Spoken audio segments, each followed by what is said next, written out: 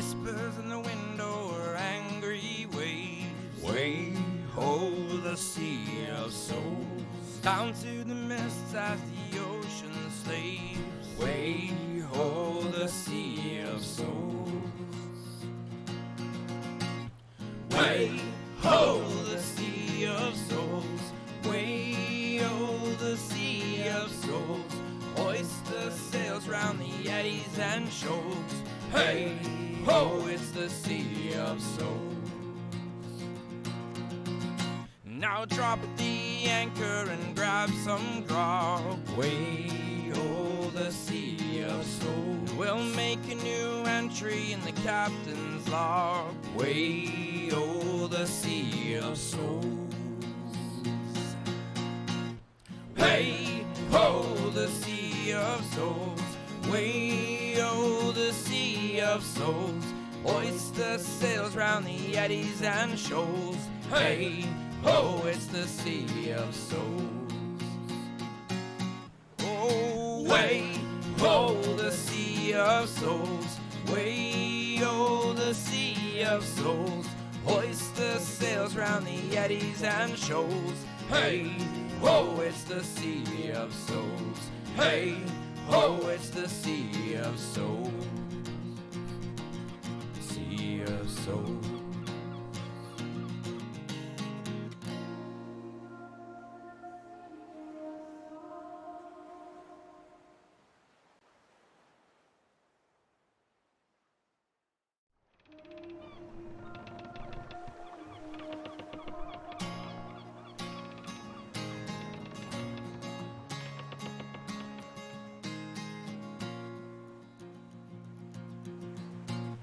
Whispers in the window are angry waves. Way ho, the sea of souls. Down to the mists as the ocean slaves. Way ho, the sea of souls.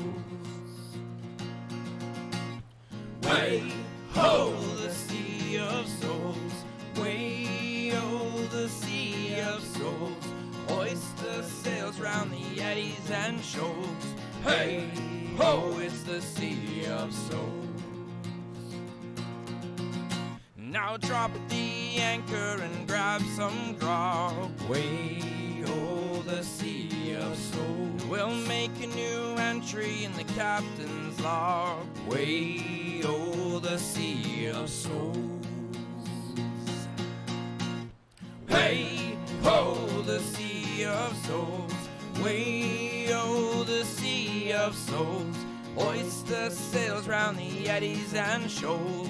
Hey ho, it's the sea of souls.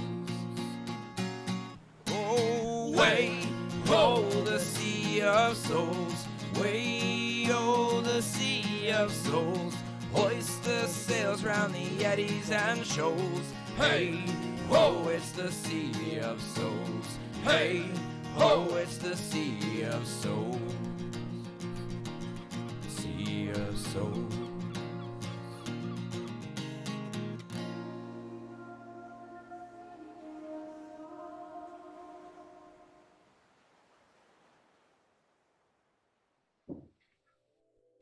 Ahoy, every nerds.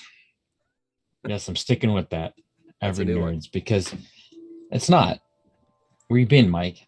Have you said that one before? Recently, I have. Oh, okay. I feel like it includes everybody, whether you're a D&D fan or not. So, yes, welcome, every nerd. Welcome to the Sea of Souls, our homebrew Dungeons and Dragons campaign. If you are new here, welcome. Thanks for checking us out. I feel like I'm probably going to screw Mike up as I move my camera around here. But... No, you're a rectangle. The rest of us that's are right. squares, That's right. I have. That's right. A bunch of squares. But yeah, thanks for checking us out. We're just a little group playing some D&D.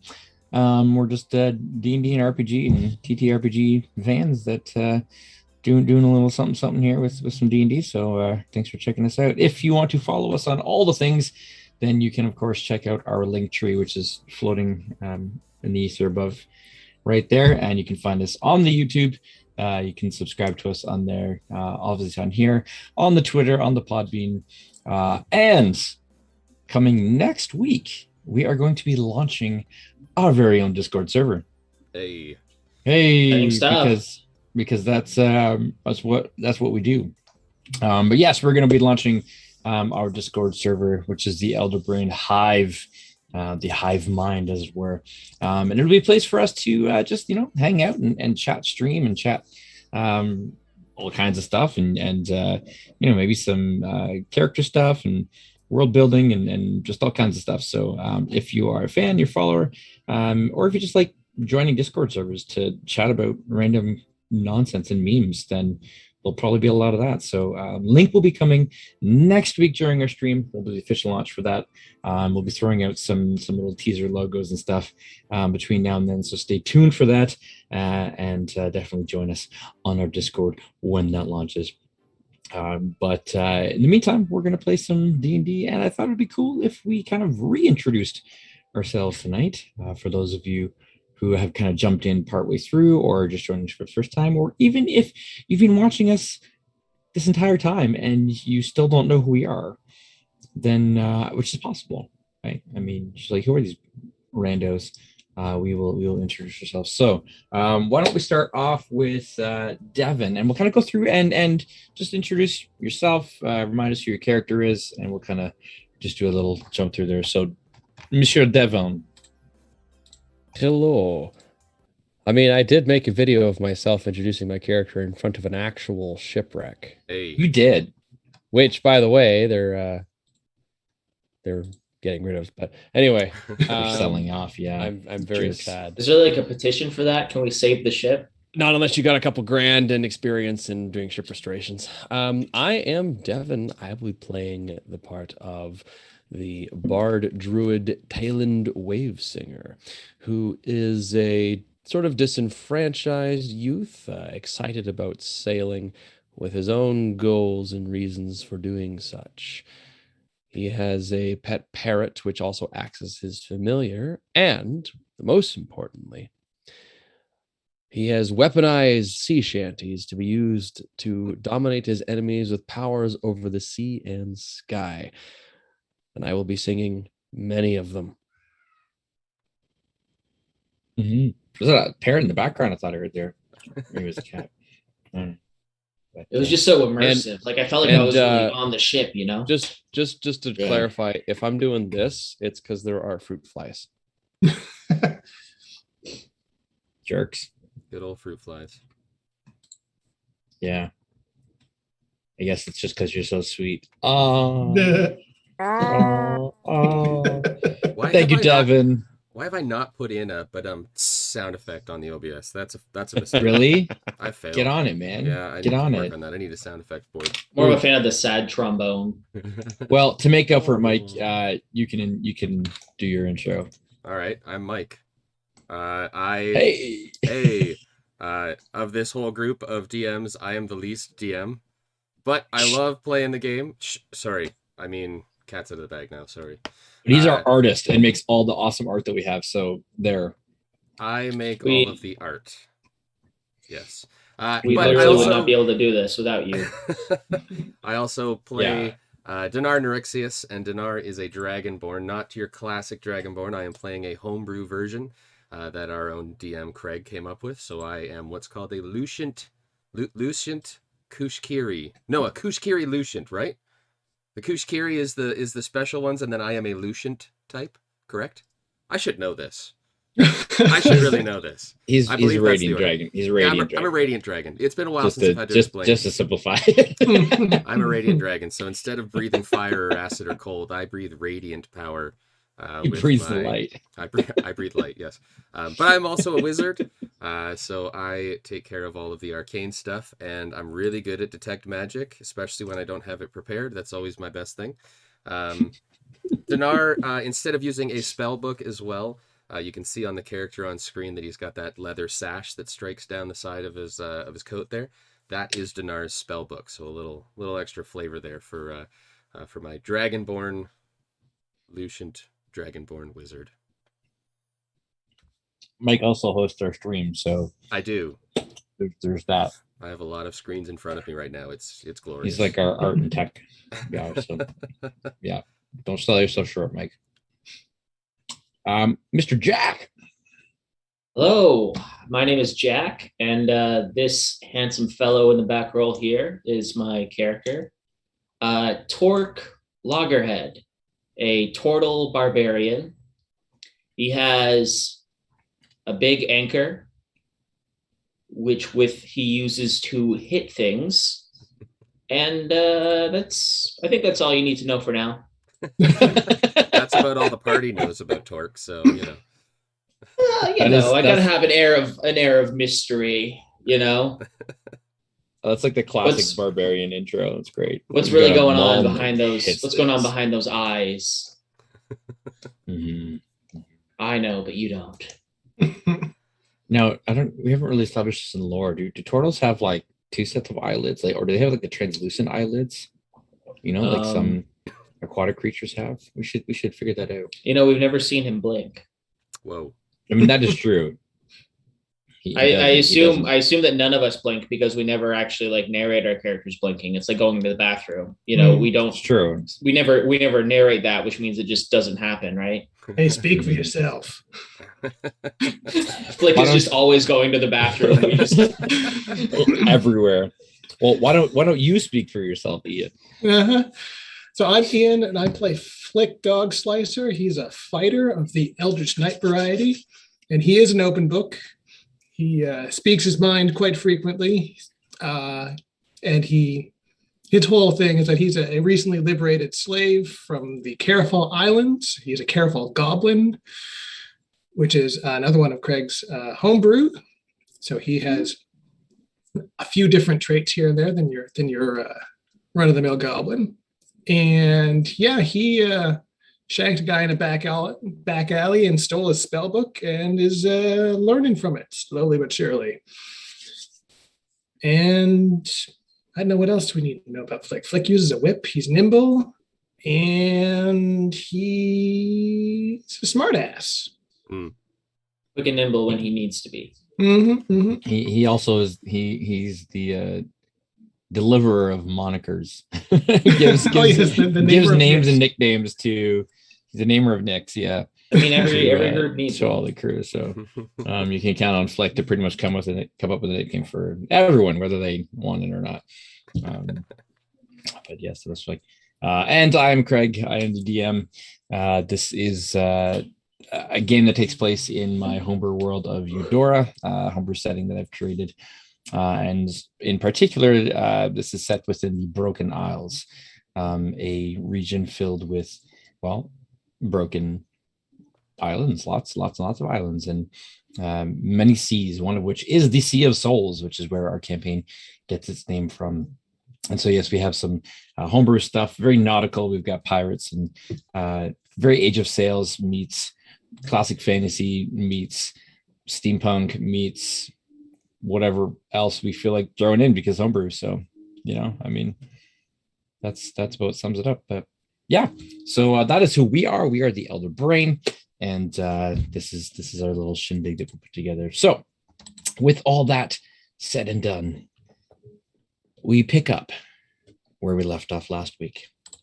As the crew of the Radiant Dawn sailing north towards the Ivory Port, the port of the Ivory Spire, to hopefully get some answers regarding a few things and perhaps even pawn off a dragon scale for some cash with wizards who would be interested in such a thing.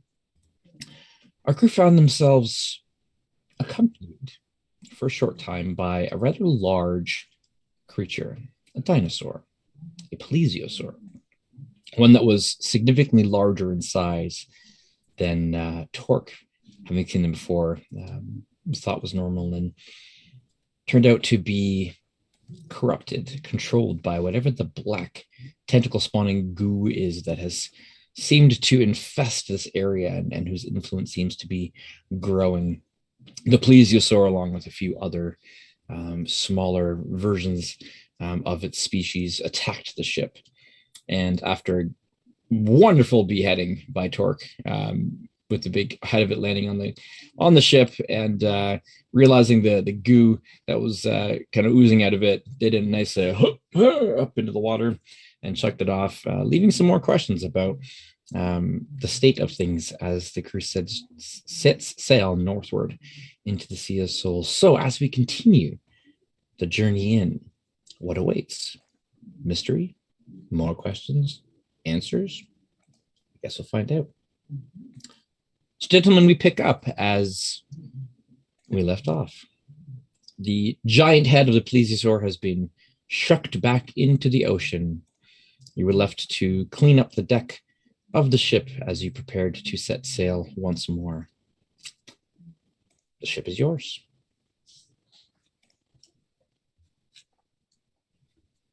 I think Torg is gonna go have a nap. That kind of took a lot out of him. Only I had he was seeming a bit winded after, and was like, that was a lot. So just still dripping with like blood and like plesiosaur bile. He's just gonna like be like, if anyone needs me, I will be below deck. Nar, Yes. is it normal to randomly come across various dangerous creatures on a normal voyage? Is it? You can give me a history check or history or nature. History or nature? Let's see what sure. better at. First roll of the night. Here we go. Wasting no time. Yeah, but it's me rolling, so this isn't going to be good. All right, I'm rolling history because that's what I'm good at. Hey, a 12 plus 7, so 19. 19. Okay. 19. Yep. While it's not uncommon for ships to encounter all manner of threats and large creatures and dangerous ones, the I guess the increasing amount of these encounters does seem to be unusual. You've encountered more than your fair share in a very short amount of time when you put it all together. So the likelihood of having a dangerous or deadly encounter in this region does seem to be growing, especially with creatures not acting as they ought to, and something turning natural, benign, harmless creatures into something a little bit less natural. I'll tell you, Talon, that in all my years serving with the Gungrim Navy, I could think of maybe 3 times that we came across something kind of weird or unexpected like we have in our 2 weeks of travel. So, no, this isn't normal. Right. Perhaps we should use some of our newfound wealth to hire, a crew. I mean, we're fully operational without a crew, but yeah, wouldn't hurt to have a couple extra But if we're going to hands. be being attacked on the constant regular, I would prefer that I wasn't risking my life every time we decided to set sail for adventure. Yeah, you might have a point there. It would be nice to have someone to load them guns for us. True, we need... Lefty and Shorty the second. I was going to say, we need a new Lefty and Shorty. May they rest Righty and Tolly. From somewhere below deck, you just hear... Torg grunt in agreement, just, Pulls out Lefty's knuckle bone that he's got on a lanyard around his neck, gives a little kiss, and puts it back under his shirt. Craig, how many crew members could we comfortably station on our ship? Like, how many beds do we got, basically? Aboard the Stormcaller, you have so the rooms in on the mid deck there, the one room that's got 4 beds, those are bunk beds, so there's 8 beds in there. 9, 10, 11. You've got 11 beds and an extra 4 cots. So, I mean, yeah, you could fit, depending on how you rotate crew, you could theoretically fit the 20. You don't need that many. I mean, the ship is easily manageable with, a crew of 10 can do all that is necessary and more. Okay. And, well, maybe Dinar probably wouldn't know this, so... Talon, how much do you think it would cost to bring on a crew of about 10? That's how good you want the crew to be, I would imagine. We could probably easily find a bunch of urchins on the docks that we could bring on no problem, but whether or not they're going to be skilled is the question. They'd be cheap, though. And hey, it'd be an altruistic goal, giving people careers and all that, you know? It's true. You'd have to train them, though. Training's not really my biggest concern. Trustworthiness is my biggest concern. I mean, hey, you got me. I'm not so different from those people that we could potentially acquire for low, low prices. Like I said, trustworthiness is really my biggest concern. I learned everything I know from listening to sea shanties and dive bars. At this point, Torque kind of comes back up above deck, and you see he's got like a towel that he's found somewhere just kind of around his neck, and he's still kind of like wiping all the various slimes off of him. What's this one babbling about now? We're talking about picking up a crew at our next stop. Somebody that could perhaps help us load the guns and keep the ship floating while we're off fighting or whatever. Not the worst idea. There are still some more specialized roles which our present crew is lacking. Like what? Well, for starters, a dedicated bosun. I know my way around a ship well enough, but not to the extent that someone who's made a career of it would. A chef would also be handy. That's true. A chef would be nice, yes. I'm sick and tired of Flick's rat burgers. Some sort of healer as well, magical or otherwise. What's wrong with my healing? You don't like my healing? Your healing is lovely. Your healing is just not grandiose. And if you are injured out here, who heals you? Well, see, the easy solution there is you guys don't let me get injured. I mean, I feel like we've done an okay job of that so far. Okay. It was that one time in the woods, but other than that. That's a good point, yeah. It'd be a much easier job if you stayed sober. I don't know that that's possible. That might be asking too much. I would say Torque, Dinar, or Tailend, or combination of thereof. You can make a either history check or even just kind of a straight intelligence check. Having spent time on ships and as crew, you might have an idea of pay and living wage and all that kind of. First, I have to retort to this shot that's been fired at me. Well, you see, Torque, it's quite simple. Life is a waste of time. Time is a waste of life. Get wasted all the time, and you'll have the time of your life. Oh, You're wasting breath. Oh.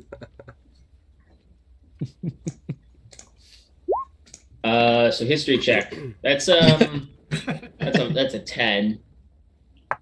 That's a hell of a segue. Which I guess would make some sense. You were a because pirate. Torque's past sailing experience wasn't exactly above board, you know? I got a 12. 12. What do you want, Craig? History or intelligence? Your pick. Well, I'll choose history.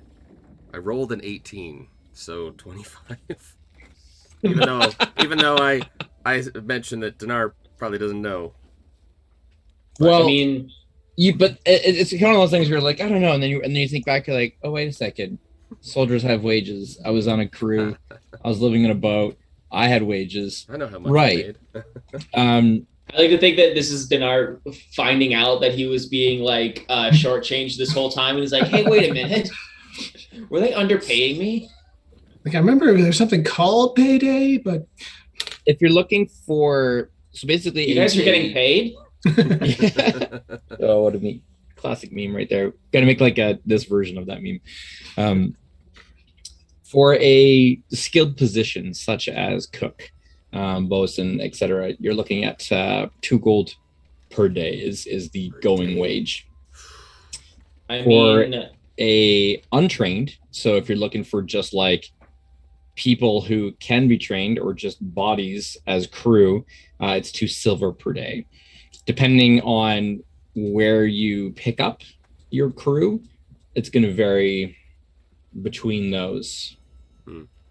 Depending on skills, some skilled individuals might ask for more, some might go for cheaper if they're desperate. But that's sort of the general baseline. Either 2 silver for, hey, you're alive, come work, versus you have specific skills, a particular set of skills.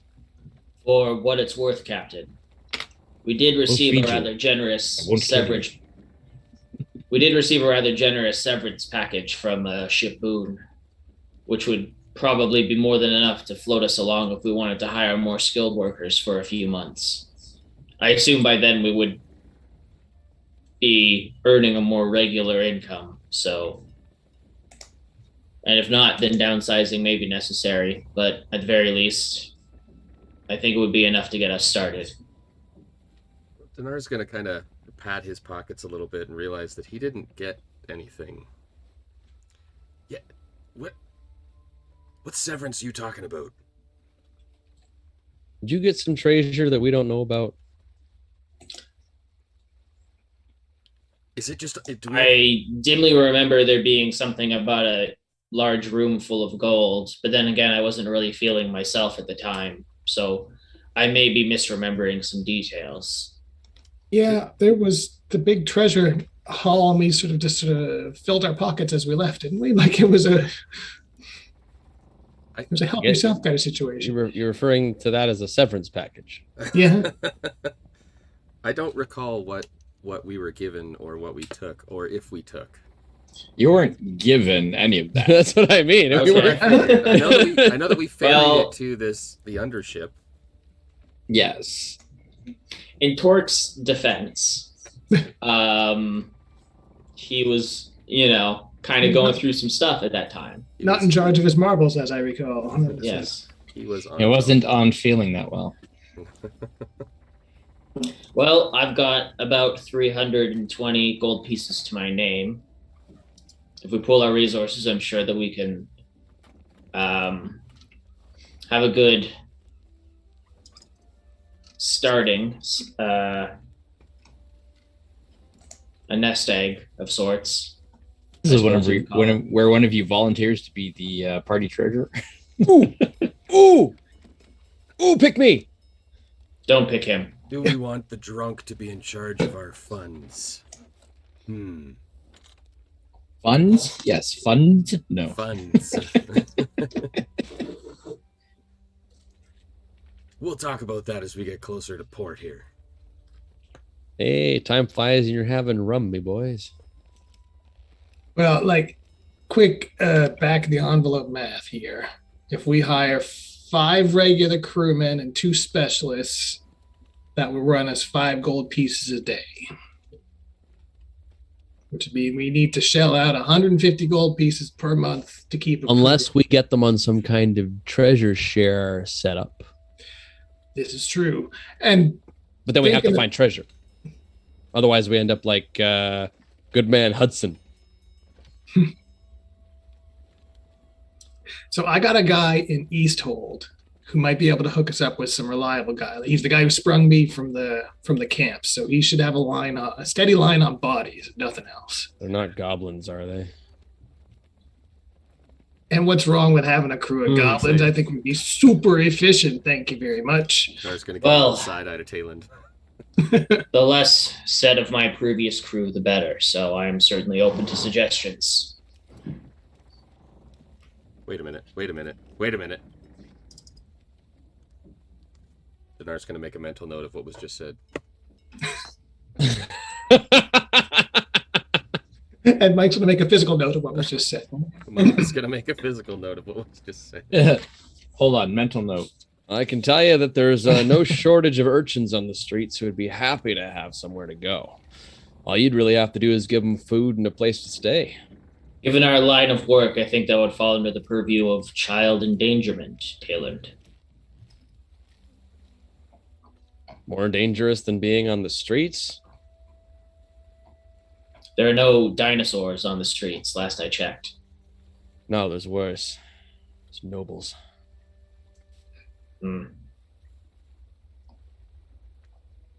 Well, if Easthold is where we're going to get a lead on crewmates, then I think we just got to keep going. Because we got to make a couple stops before we get there, right? We'll need to get some money first anyway. It's true. Got to see what we can get for this scale at the Ivory Spire. And information. I'm hoping they're willing to provide it. If I can speak to you privately for a moment, Captain. A word. Sidebar. Well, I know when I'm not wanted, I'll be up in the flick nest. Scamper up the mast. Tayland, why don't you man the wheel? Keep us on course for a little bit here. Hey, can do, Captain. Dinar will motion for Torque to join him under deck so we can have a private conversation. The king and his men stole the queen from her bed. Captain, as you know, I tend to live something of a modest lifestyle. I'm not much of a spendthrift.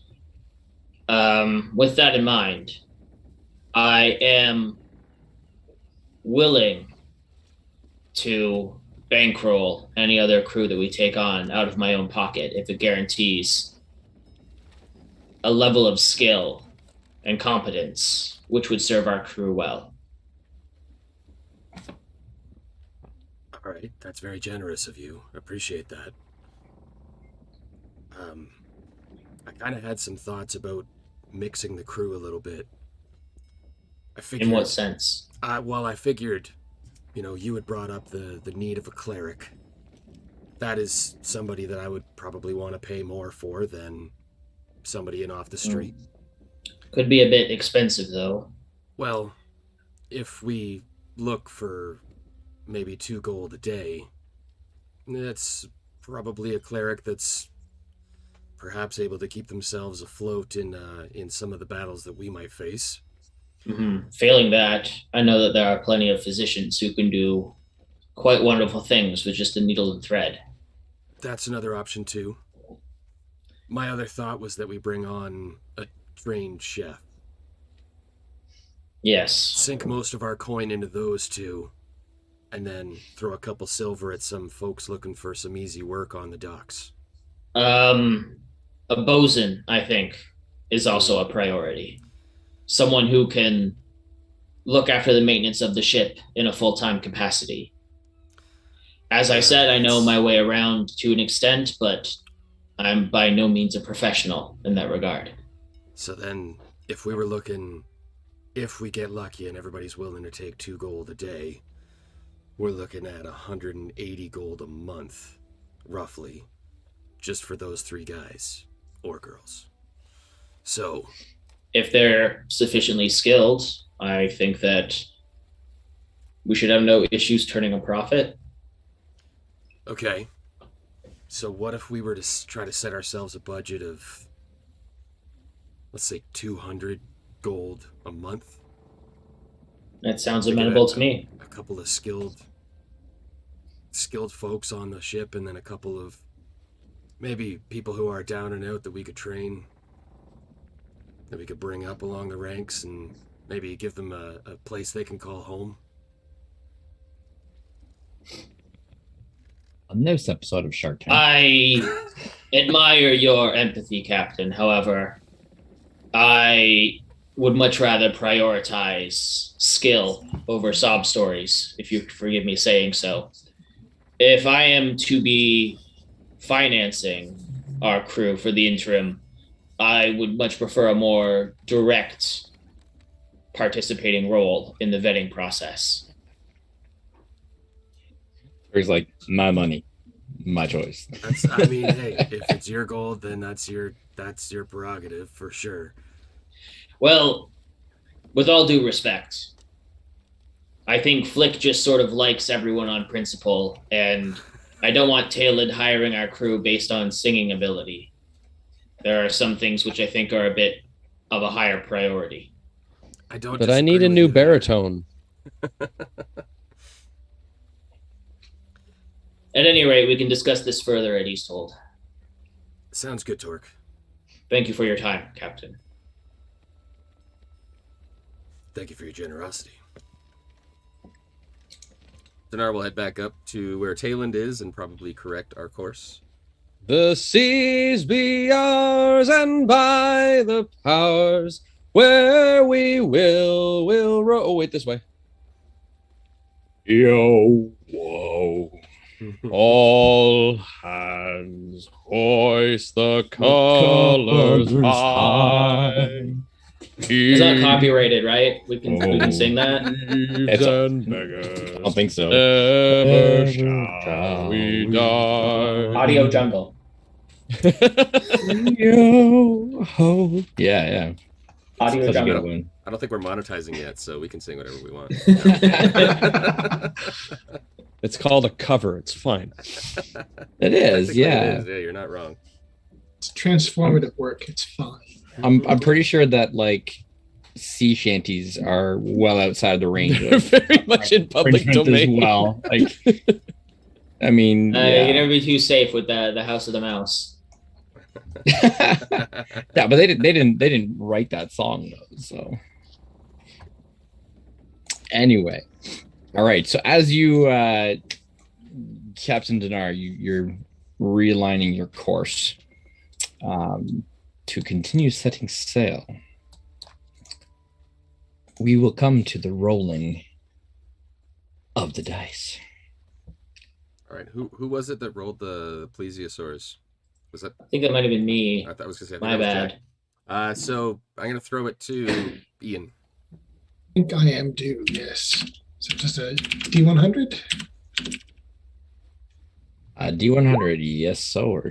Solid 16 for you. How's that work out? 16, I think. Is that the lowest? Maybe. I wonder if that's the lowest that you guys have rolled so far. I mean, surely I think we've got into single digits at least once. I feel like that's something that I've done. I rolled like a Actually, I 7 think or you something. guys. Yeah. Okay. All right. So as you continue on the next leg of your journey over the next few days, making your way sort of back into the shipping lane, more familiar waters, you don't really encounter anything out of the ordinary, but something that does strike you as odd, given that this is a more well-traveled shipping lane, is the lack of other vessels. There are none. Listen up, you see dogs.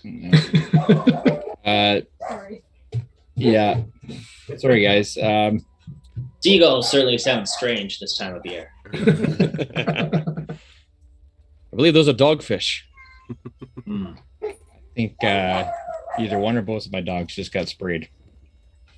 Oh, Yeah. So gotta love skunks. can we we're gonna go to a quick break. I know it's very early, Yep.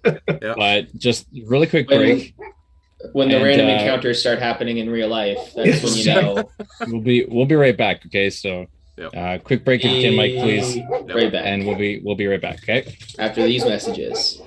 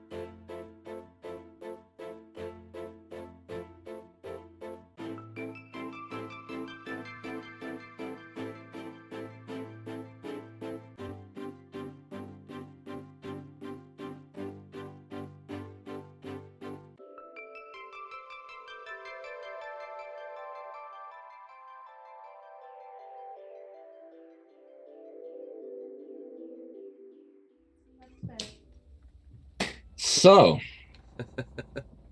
random encounter of our own here. We had my thankfully not bullet dogs, but still the bigger of the two, so the harder one to clean. Got sprayed by a skunk who was hanging around under the table. So, just goes to show you that random encounters do happen. So, for those who advocate against random encounters, shut up. It's realistic. It is realistic. Sometimes random. Not everything is planned. Okay, not everything is planned. Random has its purpose. So, anyways, yeah, that's that. But we got him baking soda and everything up. He's getting all washed up. But I got a candle, which hopefully it's like my window is like right here, and it was like the skunk was hiding outside of the table in our backyard, which is like right outside the window. So the smell is like right there. There's times where I'm glad I live on the 17th floor. Not even pigeons can get me up here. I'm on the negative first floor in the basement. But anyway, you never know. Life isn't scripted. You never know what's going to happen. So just like D&D. And so back to the Dungeons and the Dragons. Do I remember yes, I remember what I was saying, which is a miracle in and of itself. The seas in this well-traveled shipping lane strike you as rather void of ships. Right. On your way down this way, sailing towards Puerto Darius, you didn't encounter a lot, but there were still a handful. You saw ships on the horizon. There was evidence of passage. Not so this time around. It's quite silent in many regards, and that does strike you as a little bit odd. And you sail for about 3 or 4 days with no sight of another ship at all. Is Flick up in the crow's nest? Oh yeah. I would assume so. Yep. Keeping eyes on the horizon.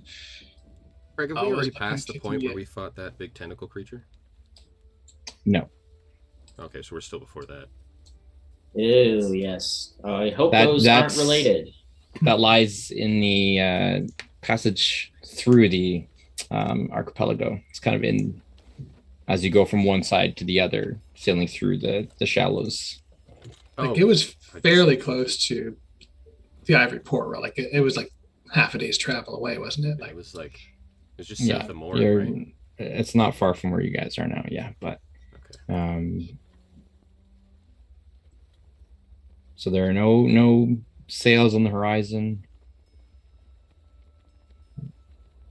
Doesn't seem to be anyone else around. You think you're alone now. If you see a sailing ship, it might be your last. So get your civvies ready for another on the shore. Not the song I had in mind, but yes.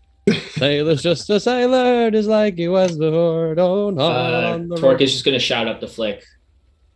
You see anything up there? Seeing lots of stuff. Not a lot of boats, but there's islands and there's the creepy black water off to the port side there. And yeah, that's about it. Yeah, I think we want to avoid the black water, if I recall. Most certainly. Torque is going to say a quick little prayer to Desfuna. See if she has any guidance on what could be causing this. Hey, keep it in church. Give me a religion check. Alrighty. Oof. That could have been so much better. 11.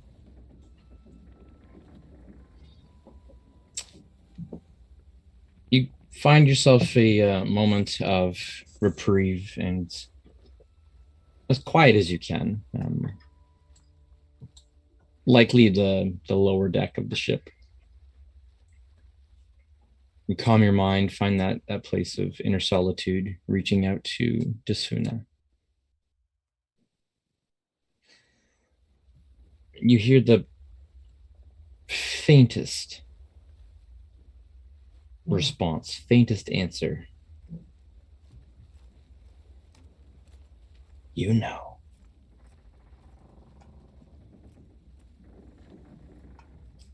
Well,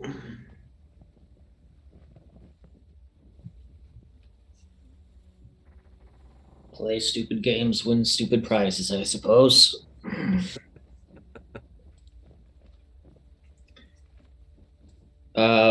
That's my motto, little guy. Torque will sidle up to Captain Dinar and say, usual suspects behind this one, Captain.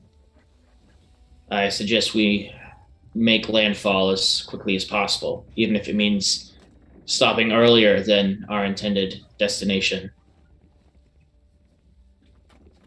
Okay.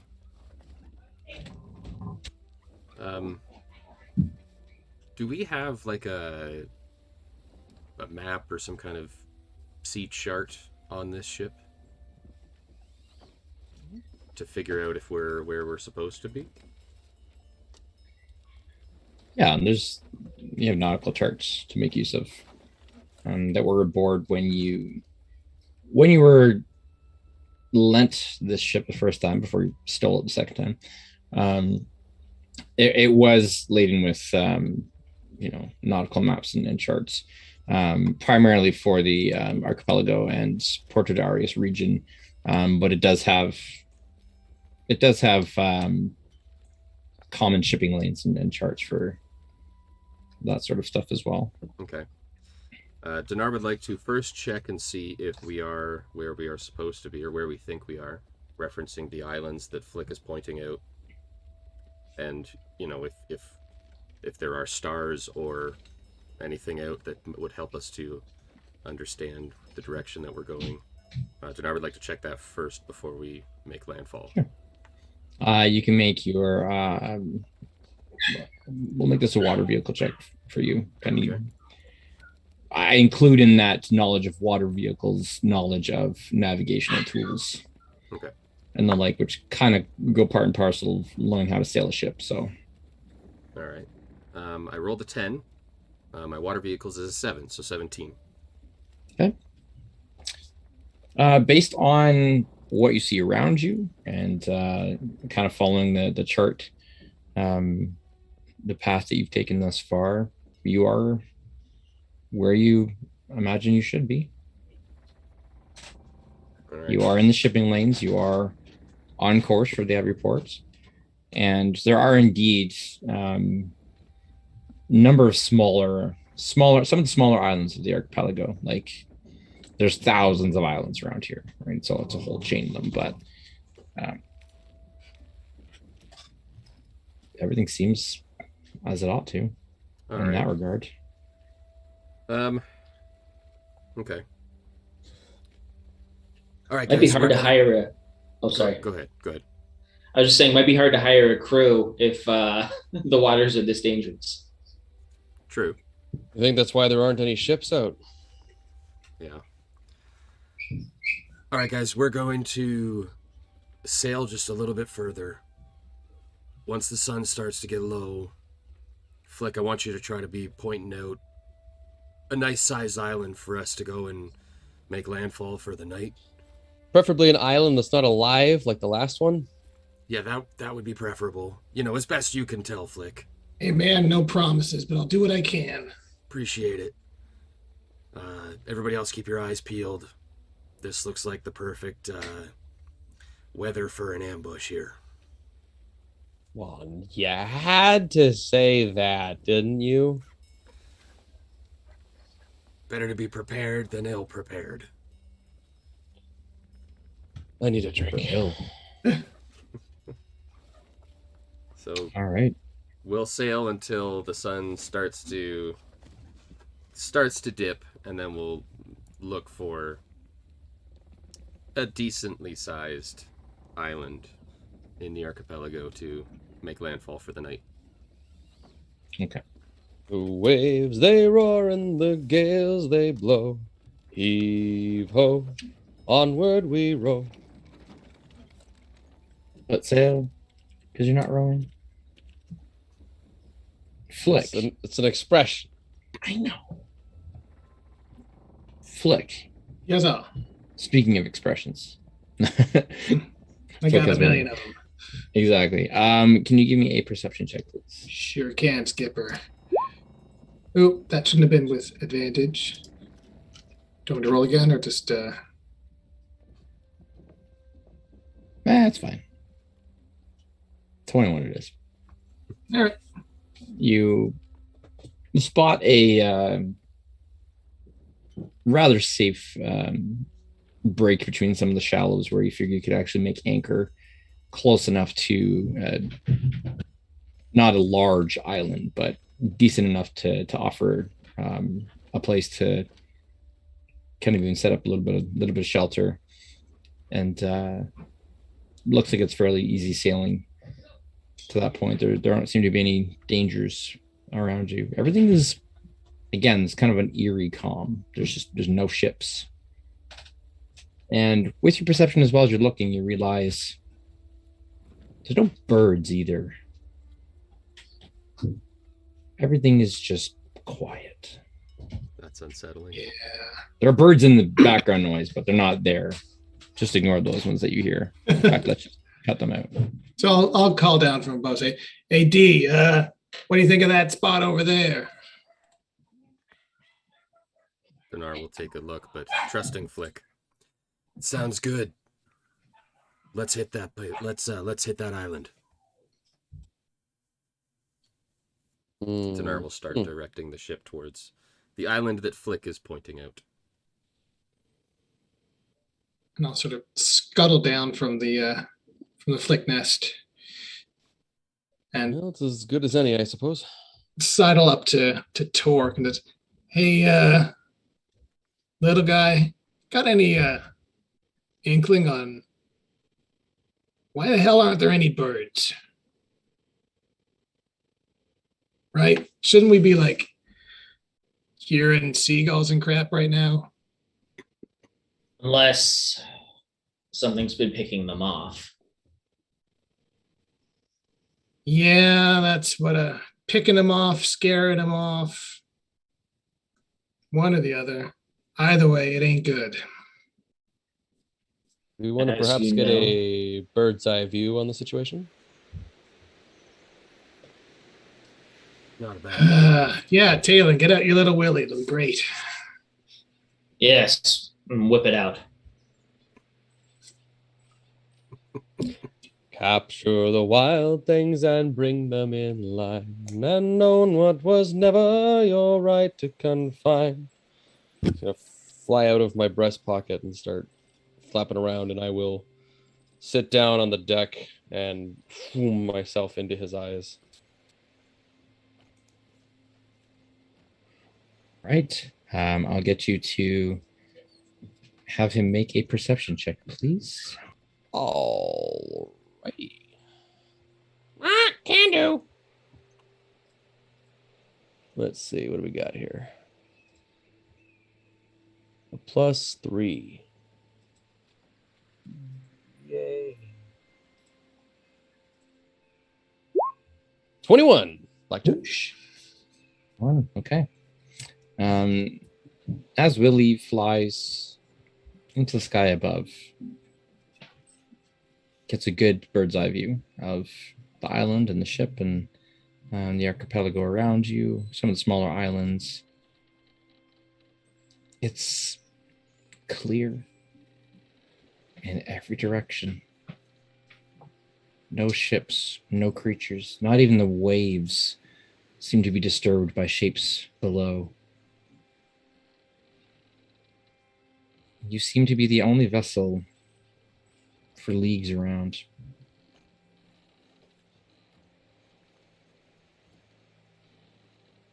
It's just a slight breeze, waves breaking on the shore. Nothing else. I'll have him come back down and land on my arm and lift him up onto the shoulder. He might as well enjoy himself out here while we can. I'll feed him a cracker. And a little bit of whiskey. Little The thimble. crackers of the whiskey. Yeah. There you go.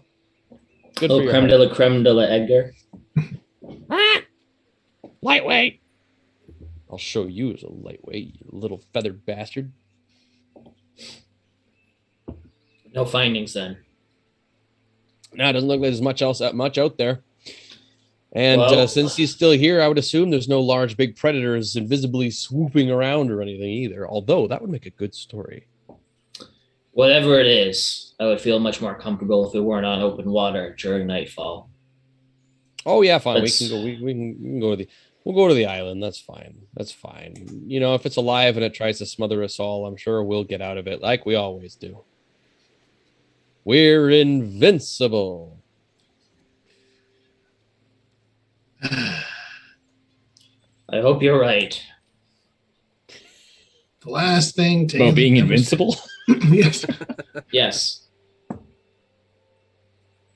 Yeah, that part. None of the other stuff.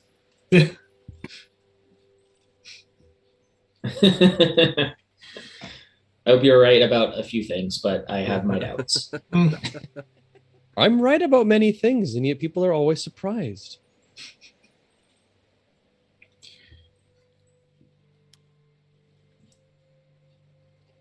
All right. I guess. Do we want to get Redtail to fly out and check out the island as well, just to be on the absolute safe side that it's not actually a giant turtle ready to snap at something? Yeah, that's probably a wise decision. As seen in the new book, Fizban's Treasury of Dragons. Hashtag not sponsored. Hashtag not sponsored. It's a good book, though. Hashtag please sponsor us. I'll send Willie Redtail out to fly around the island a little bit, just make sure there isn't anything that will immediately attempt to kill him.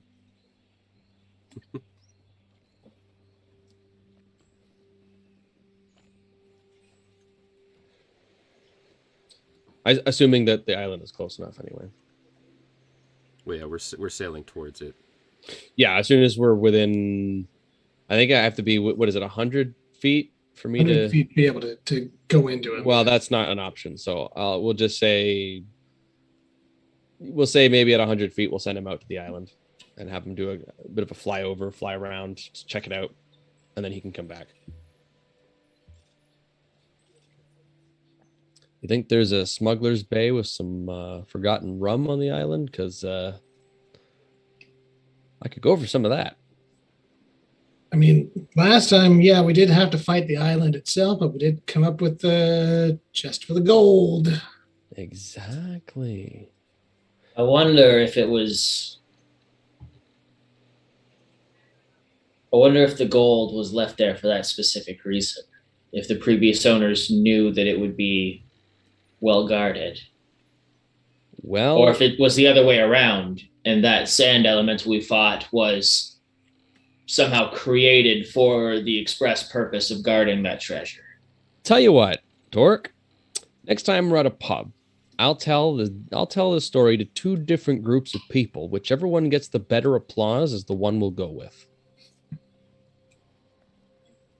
Well, and here I was thinking that maybe a group of pirates landed on that little island and were murdered by the island. Well, in that case, Hence leaving the gold. All right, well then I'll find three different groups at the next pub. I'll tell the story to each of them, differing it up depending on, and we'll see which one gets the better applause, and that's the one we go with. This is how history is written. perhaps the treasure was guarded so Who well. likes your story the best? Yeah.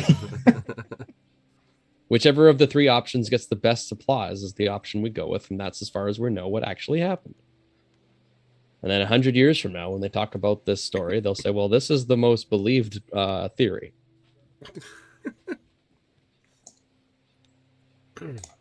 Thinking ahead. So yeah, Craig, we're going to get about 100 feet within the island. I'm going to send Willie Redtail out to fly around, check it out. And if there's nothing that attacks him immediately, we'll disembark. Oh yeah. Alrighty. as he takes a little bit of a gander, flying around. Have another perception check, please. Alrighty, righty. 7. 7. Okay. Sun got in his eyes. The setting sun, yeah, on the horizon. It's like, Yeah, the setting sun on the horizon. Oh, jeez. It's like when you're driving home from work and the sun is literally in your face the entire time. I don't see anything. The island, all the islands around. There's a few small ones. There's not much that he sees. I mean, he sees some palm trees, but decent whether locations, whether they're coconut palms or not. With a 7, he has no idea. Okay, that's what I'm trying to say. He sees some trees and some sand, and it's fairly quiet as far as he can tell. All right, doesn't see anything that is like a red alert. I gotta get me like a parrot. Well, as far as I'll go to Spirit Halloween. As far as we can tell, there doesn't appear to be anything immediately threatening. Right. Sounds great. Mind having some dirt under my feet for a change. Let's bring the boat in as close as we can, and then we'll take the little now, are we gonna have someone waiting on the ship in case something sneaky decides to off and away with it? It's maybe not a bad idea. Unless you have some kind of way to magic up an alarm system. I volunteer. I will do it. I do not have that ability. What a surprise. Yep. Give me one level, man, I promise. His whole scarf is just like variations on the phrase detect magic.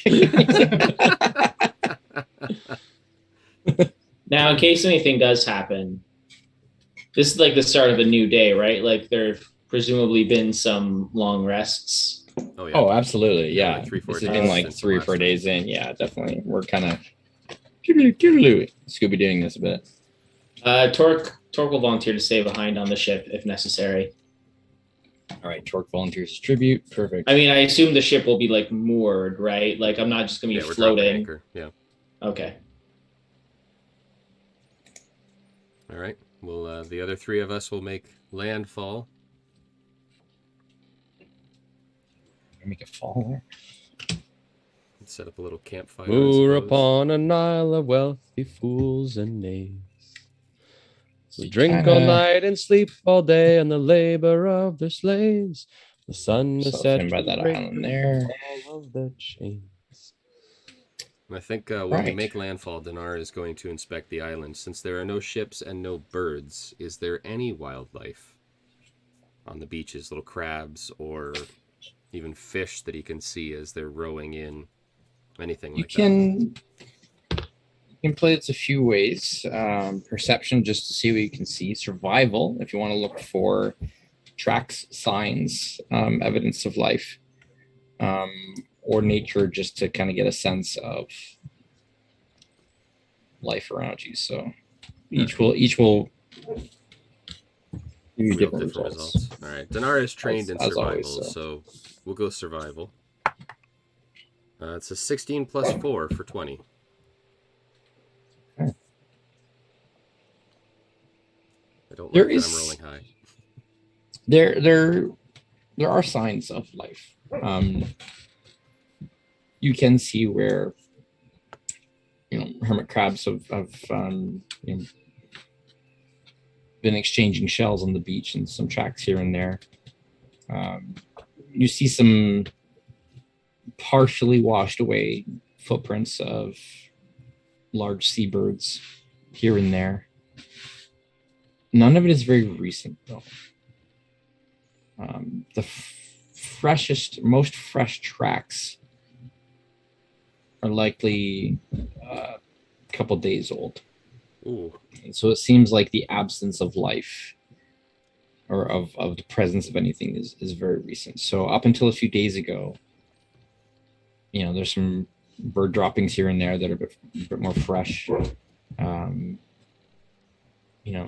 Even where the palm trees are, you can see some scratches from lizards and things like that. So there there is evidence of life. If there is any still here, it's all hiding, or it is left.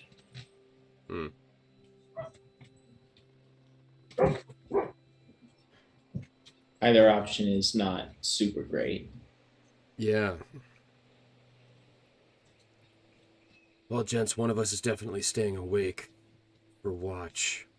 We can rotate around, but there doesn't seem to be any recent life here either, so whatever's affecting the shipping routes and the birds in the sky is affecting the animals here. I think that's a safe bet.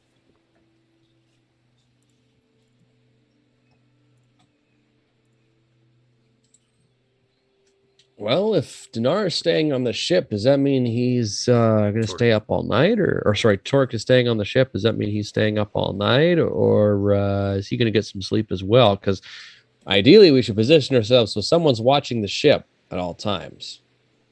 But that could leave us open to surprise attacks from the back. Maybe this island wasn't a great idea. No, I think it's probably fine. Because if I recall, sleeping on the ship has not always gone well for us either.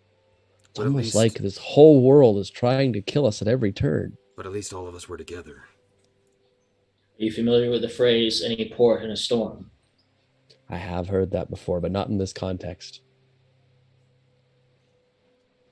Anyway, Let's I see. think it's just lovely. Is the we probably can't trust Torque to be able to scream loud enough to wake us up from the ship if he notices something, because I don't think he has the capability to do that. Probably not, which is... Pretty sure he's done some pretty bellowing war cries before that were It's once or twice. that's quite. If you have so- cannons, would I mean, I there's just also- loaded it I up mean, with- that would. That's true. That would probably get the job done. would a dry fire suffice? Oh, yeah. That'll work. That'll Explosion? Yep. probably Alright. wake us up. I will be sure to preload one of the cannons with some powder before. Make sure I you also rest. prepare the 1812 overture at the same time. I'll accept nothing less.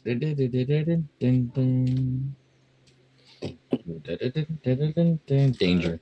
I don't know why, but for some reason I understood that reference. Dinar will take first watch for the night on the island. Okay. We'll go 2. Tayland will take third because there's only 3 of us. See you gents in the morning. Fork is on the Wait. ship. Wake me up. Before you go.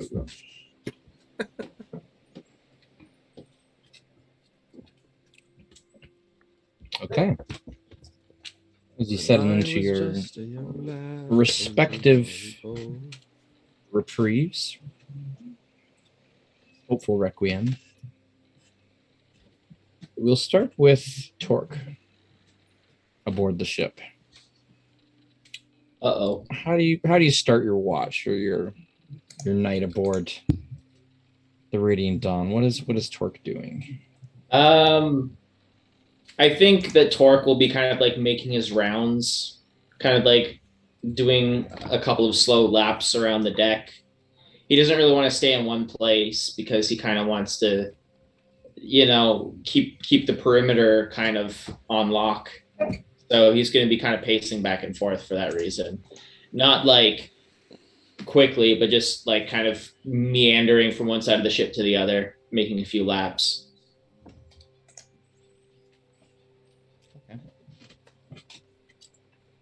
Is he are you actively watching for anything specific or just kind of keeping a general passive Not for anything patrol? specific, but just for anything unusual, which, considering how deserted this place is, any sign of movement that's not our camp would probably, Sure. clock as Okay. unusual. All right, so I'll get you to give me a perception check then, with your passive being your lowest possible. Okay.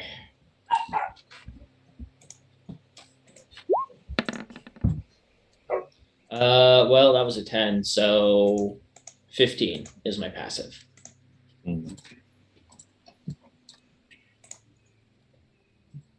night passes quietly. And in the absence of even the familiar sounds that you've come to know, you're very familiar with the ocean at night, the sea at night. And even at night, in the absence of birds and the activity of the day, there's still the occasional sounds of some of the more nocturnal seabirds. Even this close to multiple land sources, there'd be bats, something, fish breaking the surface, whales breaking the surface at night in the distance. There's still a lot of life and activity at night. You've come to know this very well. And all of that seems to be absent.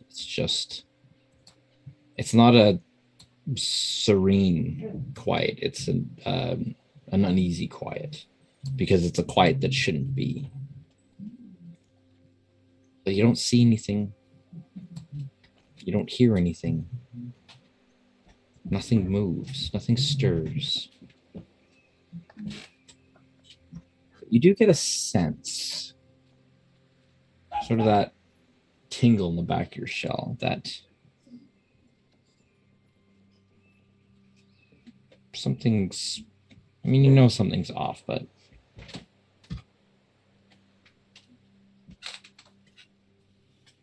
you're not entirely sure that you are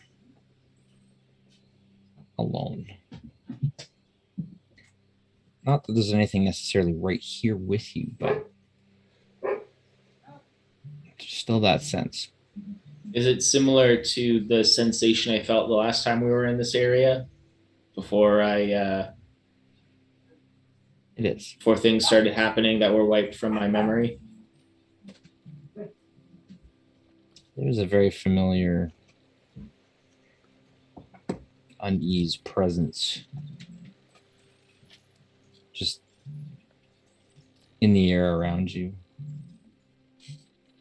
I think rather than shut it out, Torque will kind of go into a bit of a meditative stance and kind of try and open his mind to it to see if that helps him kind of figure out what it is, maybe kind of track it down. Sure. I'll get you to give me a wisdom saving throw, please.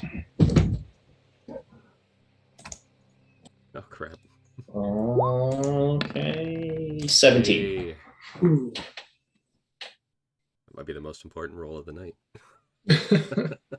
You see Torque just sitting cross-legged on the deck of the ship, and then just suddenly one brow ridge just twitches.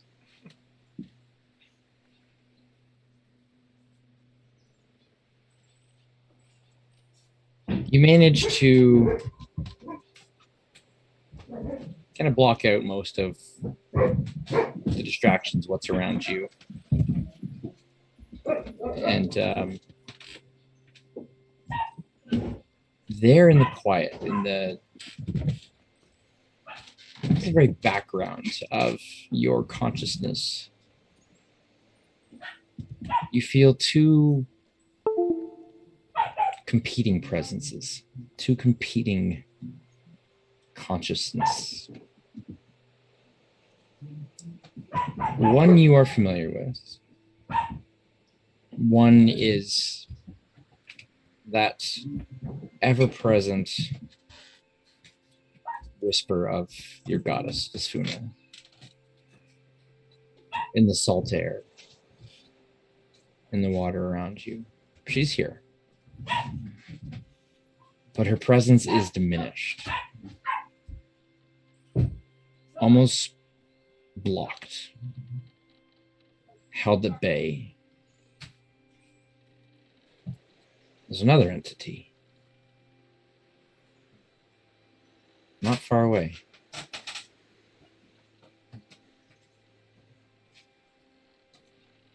One that has a mind of chaos. A mind of hunger.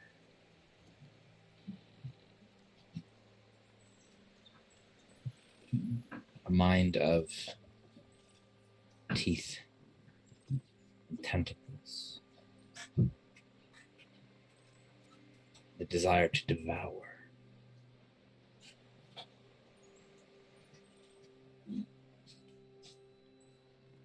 And just as it seems somehow that it's about to sense you and make that connection and pull on that thread, you manage to kind of pull back and break away.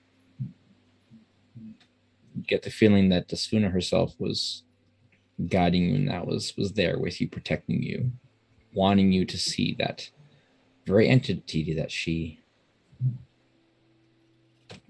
called on you to return and face not so long ago.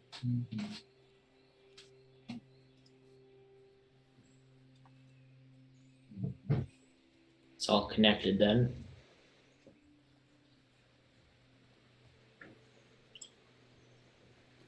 It would seem that we have much work ahead of us. Very well.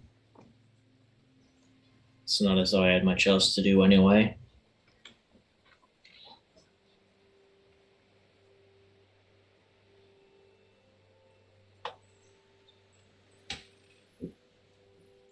Craig, you're muted.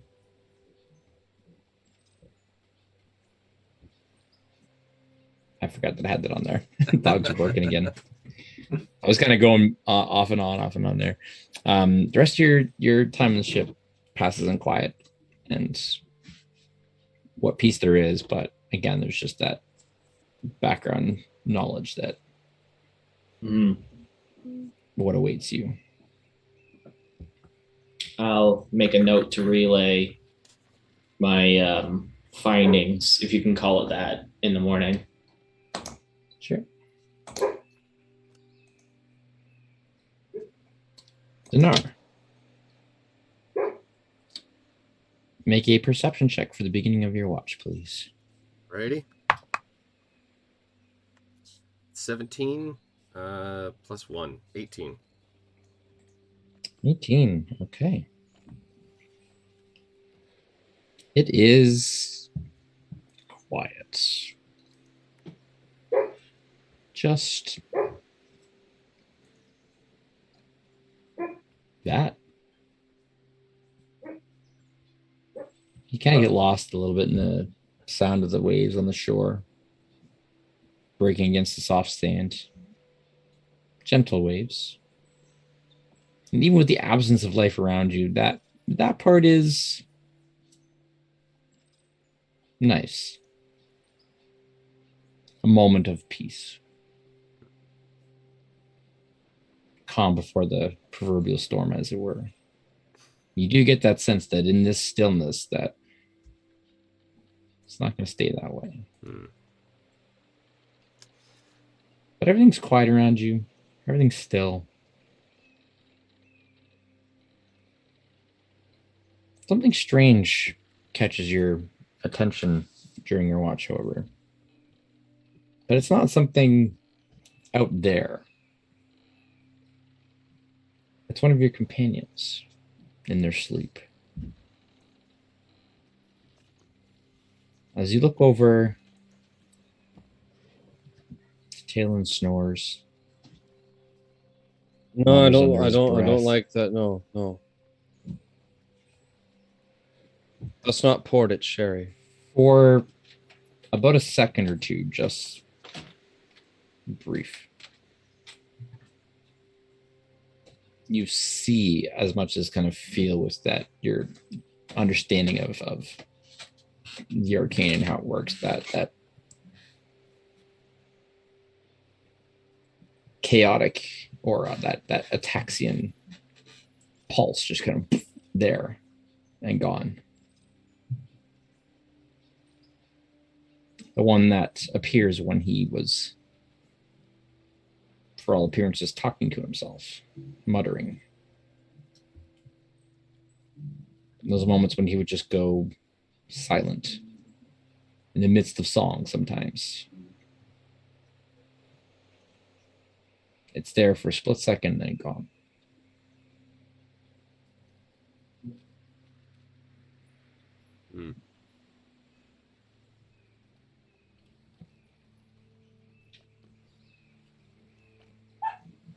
Does Talon do anything or say anything when that happens, or is it just like he's laying there snoring and then all of a sudden a little like ping of some kind of chaos energy that I sense?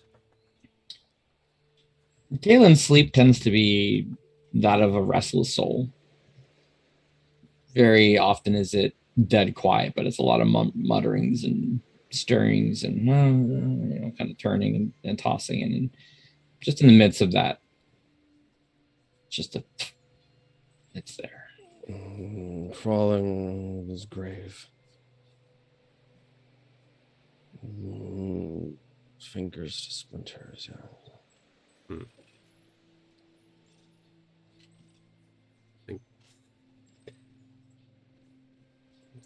Dinar's a little off out of his comfort zone with the eerie quiet, so he's going to fight the urge to throw up a detect magic. That's what you do. I know, but That's it's your too thing. quiet. It's too quiet, and that requires concentration. So, Dinar's going to fight that urge. Near the end of his watch, though, hoping that he's not waking Torque from anything, Dinar will make his way to the beach. Is like probably a couple feet into the water, and pull out his copper wire and send a message over towards Torque. Things are eerily quiet here on the beach, Torque. Or things looking on the boat. You can respond to this message. Having only been a few hours, I'm sure Torque is still awake at this point. About the same here.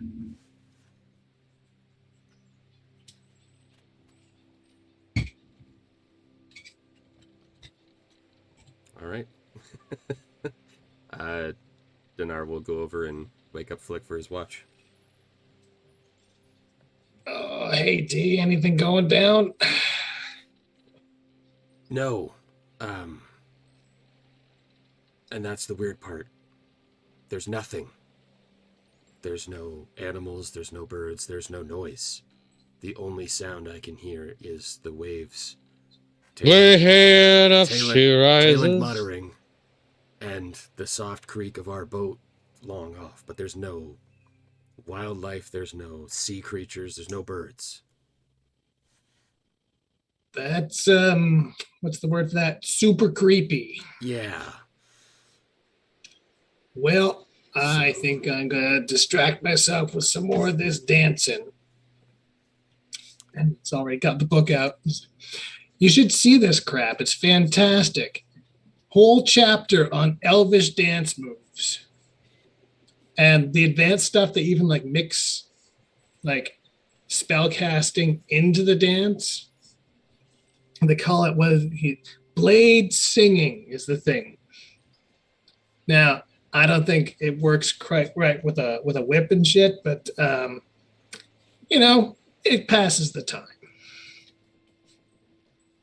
Should try it sometime. It looks kind of neat. You and me, we'll cut a rug. It'll be great. Yeah. Anyway. While I'm asleep, you don't. I'm the bard. I can actually dance. Need someone to provide the music. Exactly. All right. Good night, D. I will give you a prod in the morning. Sounds good. All right. As you begin your watch, Flick, I'll get your roll a perception check, please. Perception 17. 17. Okay.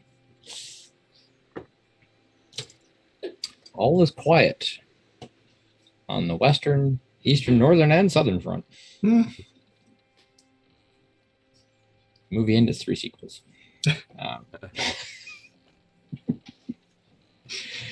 Everything's just silent. It is weird. Yeah. So as promised, I'm practicing the dance moves I found in this particular section of the book, and I'm really not good at them, but that's okay. But yeah, that's pretty much it. I'm steadfastly ignoring the silence as much as I can, while still, being observant of, that silence is ended by bad guys coming or whatever. Gotcha. And similar to what Dinar did, by the end of my watch, I'll head down to the beach, and I will minor illusion a little light show. Don't know whether Torque's still awake at this point or not. Middle of the night. Don't really care. Gonna be a little man in his red overalls and his black mustache. And a big turtle comes up to him and chomps him. I think the lights would be enough sort of stimulus for Torque to like open one eye and watch. Mm. And I think he's not going to give like any sort of indication that he's awake or let Flick know that he has the audience, but he's just going to sort of like watch in silence and just sort of see where this goes. And the little man, when he gets chomped, suddenly he shrinks to about half the size he was and runs away, jumping madly, trying to get away from this turtle. But this turtle is tenacious and keeps on chasing after him and chomping and making him smaller and smaller. Do this for 5 minutes or so. Then I sort of wave towards the ship, and I'll go wake Tailend. Torque will just close his eye. This little guy have a name like Dario or something, maybe? Yeah, we'll workshop that. It'll be good. Chris Pratt.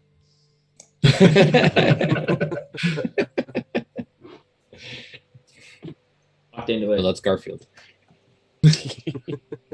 Okay.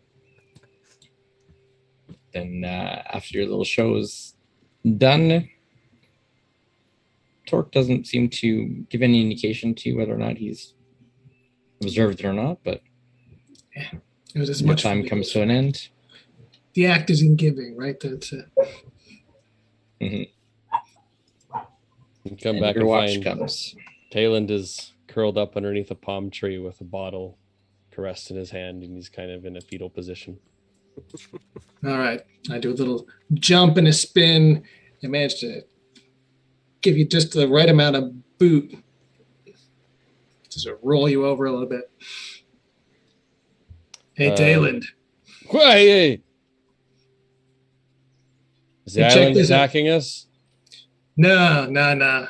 It's been totally quiet. You'll love it. Lots of empty void for you to fill. Oh, well, fair enough. Yeah.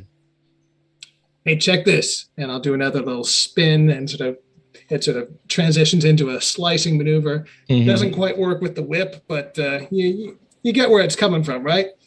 Well, Like you do this, like yeah. What you could try though is if you do like a sort of a back step, and then like sort of a feint to the right, and then come into the left, and then swing around, and because the trick about dancing, right? It depends on what you're dancing for. But if you're doing it just as a form of expression, then you want to try and incorporate a little bit of yourself, which you might want to try doing. In my case, you want to use the rapier a lot. But in your case, you should get like some fancy like swirls with the whip and everything, yeah, I guess. I don't know. I'll sleep on it, but maybe you're the one for the artistic expression. I'll Don't leave sleep that- on the whip. It's very uncomfortable. Well, I kind of coil it up as a pillow, but that's No. anyway. You're on watch, kid. See you at dawn. Oh, we're all dead. Devin, what's in your cup? Are you sure you're not actually drunk? I'm just a very good actor. Okay? That was really, really good. I'll ask you for a performance check, but you don't need one. Method Should I actor. make It's all good. should I make a perception? Yes, please. The question before you do this, however. Whoa. Never mind. Wow. I am going to get you to roll it again because A disadvantage? Okay. yes, I kind of was expecting that. So Yeah. for the chat, that was a natural All right. 20. That's he got a natural 20 for fantastic. 27. 18 As I still was pretty about- good. As I Yeah. was about to say, because of the, beer gargles, basically. Drunken Wow. elf. Pillow soft and no lover's breasts. Cold it rips through the nights. We long to lay on a gentle chest and hold warm bodies tight. We'll play it this way. That 20. That's like you have that like briefest moment of clarity where you're like, But in that moment of clarity, and in the rest of your watch, nothing. And the wind lifts us songs in our arms, they are Nothing strong stirs. over oceans and rivers we glide. Nothing occurs. It's This quiet. is too damn quiet. Probably shouldn't wake everybody up, though. Although I am in this unique position, I get to decide how everybody wakes up. I know just what'll get the blood going.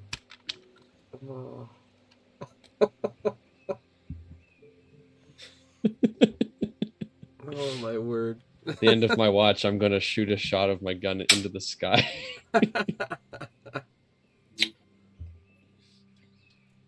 Everybody awake! All Yeah. three of you. Torque on the ship, you hear I think Torque leaps up and has like the anchor in hand. He's just yeah. Flick basically tumbles forward and grabs the whip from behind his head and he sort of spins forward and it's up his height. Tanar's actually been woken like this before, so Tanar will slowly roll over. Yeah, sometimes we've been woken like this and when there's actual need. So Hey! You see Talon sitting there just Smoke billowing out of the barrel. Breakfast, everybody! so you weren't shooting at anyone in particular then? Well, that cloud kind of looked like a target. I don't think I hit it, though.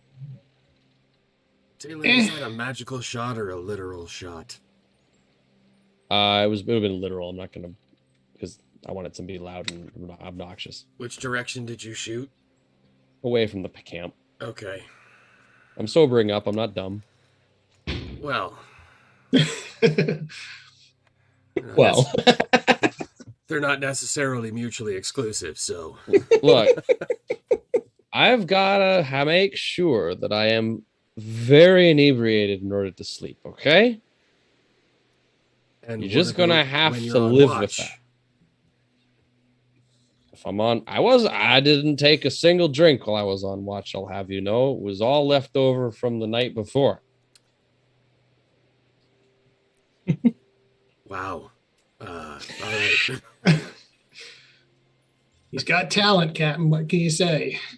Talent is not the word I was going to use, but I suppose. Hey, look, Sure. we're all alive and nothing happened, and I got you all up on time.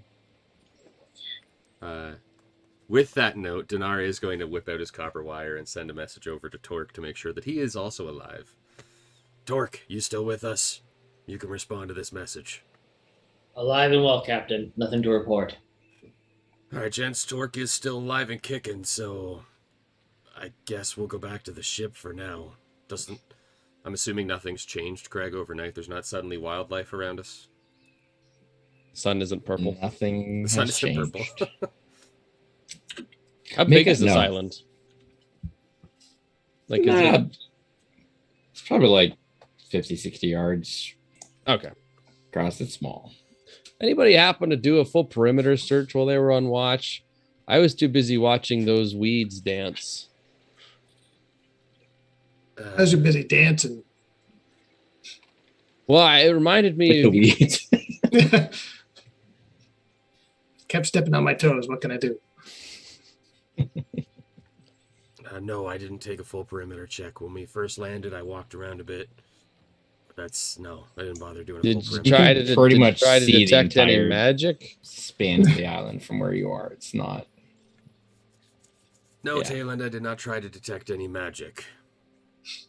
was a little preoccupied with the eerie silence of the night. I didn't want to perhaps miss something in my incantations. It's far too quiet. It is.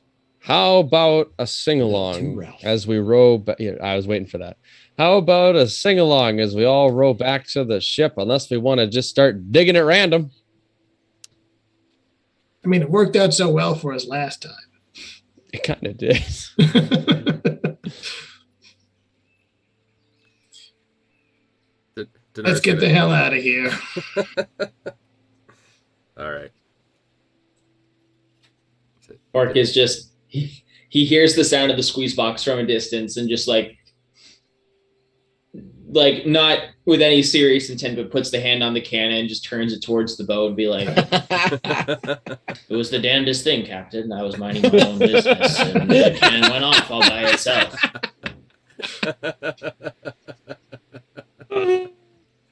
Nice Hawkeye moment there. No one would know. I love it. Good stuff. Beautiful.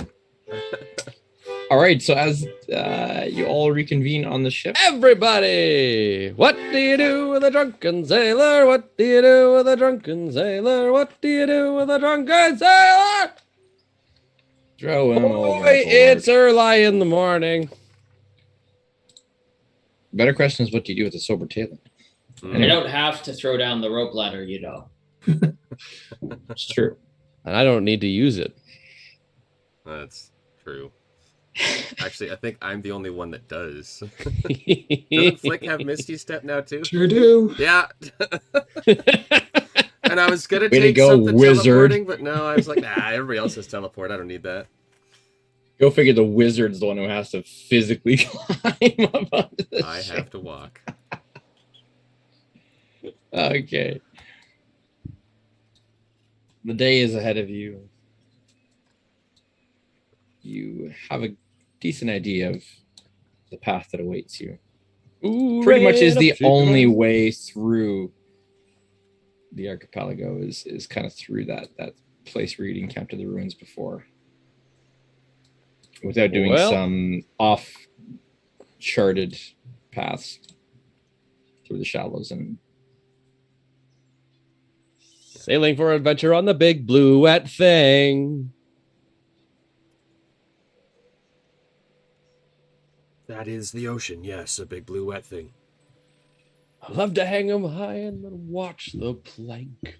I prefer to cut a trout. Come on, guys, it's too quiet. he knows Is the he song. done? We'll raise the anchor Hear- and start moving. You hear the voice of the narrator. I don't think they know this one. Are we shipping out or? Hoist up the thing, batten down the what's it? What's that thing spinning? Somebody should stop it. Turn out to port. That's not port. Now I've got it. Let's go, everybody. Come on. The old classic.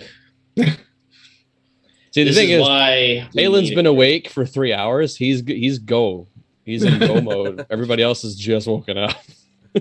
True. Yes, we've never Yeah, all right. experienced you being this awake. In the It's true. He morning. never takes a watch. No. His watch was his hangover. Basically. All right. Are ye setting sail? Yes.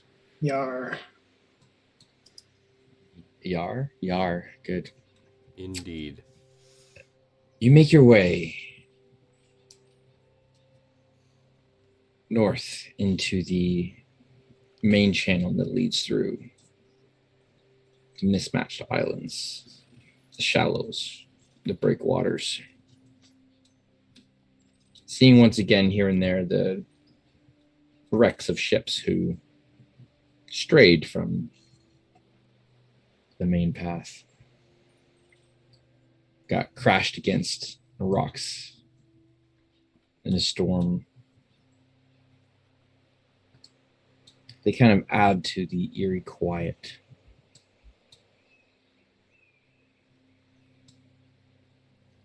You reach a familiar location. handful of small little stone surfaces kind of jutting out of the water.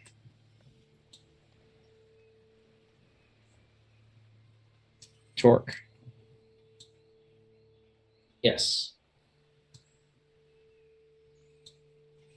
You get that tingle kind of just all over, that ever-present sense. You don't see anything. You know it's here. His danger sense is tingling. Now's a good time as any to let you all know I sensed a presence last night. I think it's tied to whatever may be corrupting the ocean. Oh, this is that god that you want to kill? I have reason to believe, yes. Well, keep me out of it. Like that thing that knocked Jordan's tower down and Flick and I out for a sec.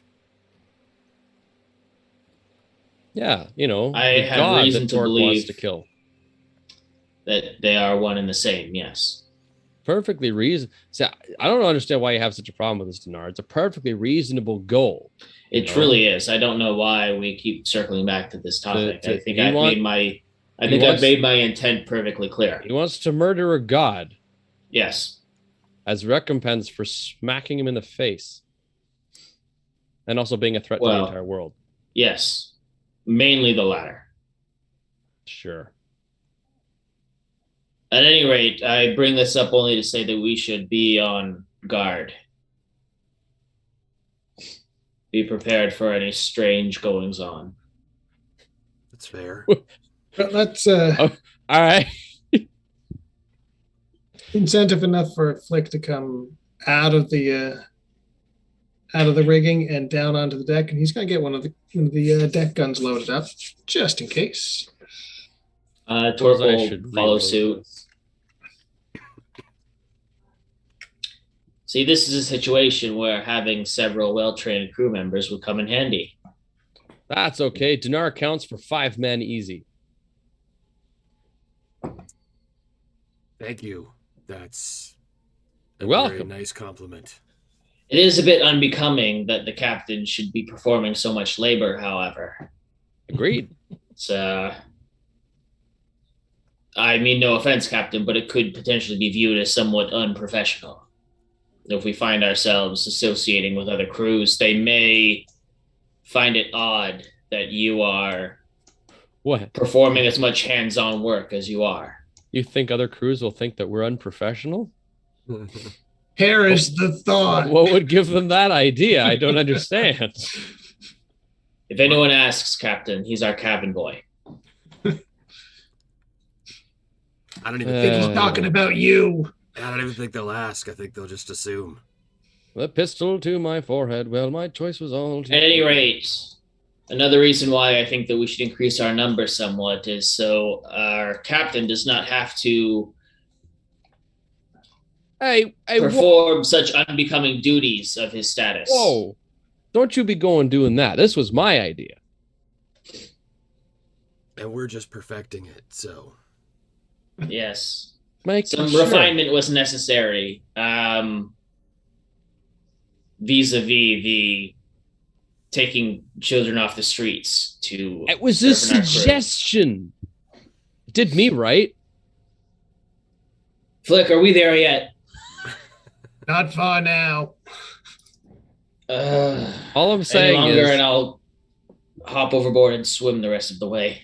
All I'm saying is I had a very similar life and I turned out fine. Yeah, you're a spokesperson for normalcy. Model citizen right there. Yeah. How old were you when you first served on a ship, Tayland? What month is it?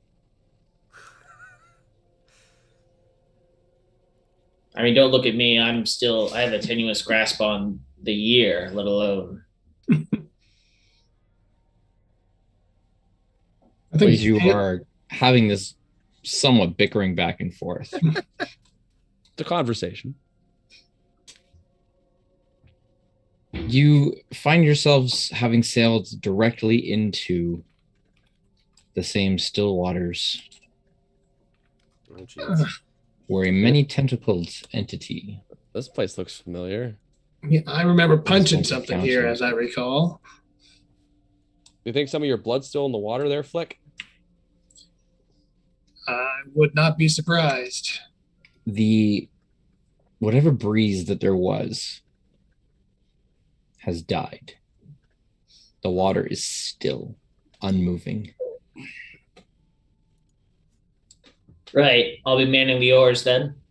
No fish, Who needs oars? no birds. Say the word, Captain. I certainly will don't want get- to be hanging around here. All four of you, please, to give me a wisdom saving throw. Oh, Wisdom no. save. Oh, I'm great at those. I don't Just don't you like wait. I don't like any of that. I'm pretty I- good at them. Can we not say we did? No. That's a 16, Chief. Oh, Oof. 22. Oof. Dinar rolled a 10 plus my wisdom save of 4, so 14.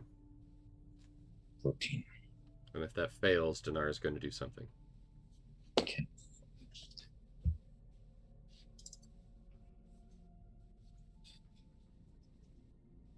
Tayland and Torque. You both sense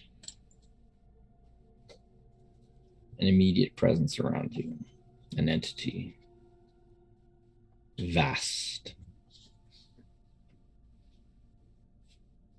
A familiar voice speaks in your mind, Talon.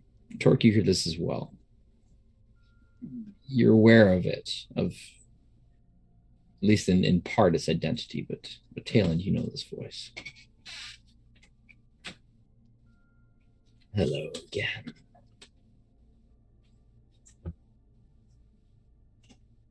You have become a little bit of, well, perhaps thorn isn't the right word, but the four of you seem to be stumbling upon many things connected. I prefer a to mosquito me bite in an and unreachable mine. place. I would caution you to stay silent, verbose one. Or it can be arranged for you. What is it you want? What are you after? What is the purpose of all of this?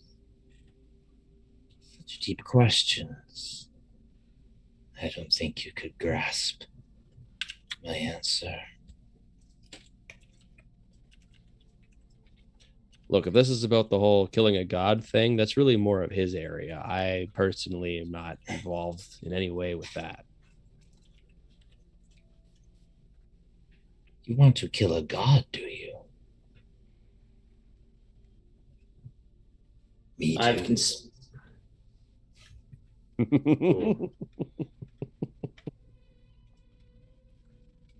I think my plans may fall under a conflict of interest. Well, if this god you wish to kill is me, sorry to disappoint you, but I am not what you would call a god. I am not And one if of the these. god that you wish to kill is the one that I suspect, you may find yourself with more than a thorn in your side for the trouble. As I said, a mosquito bite in a hard to reach place. Your goddess is of no consequence. She is not the target of my ambition. She is merely in my way at the moment.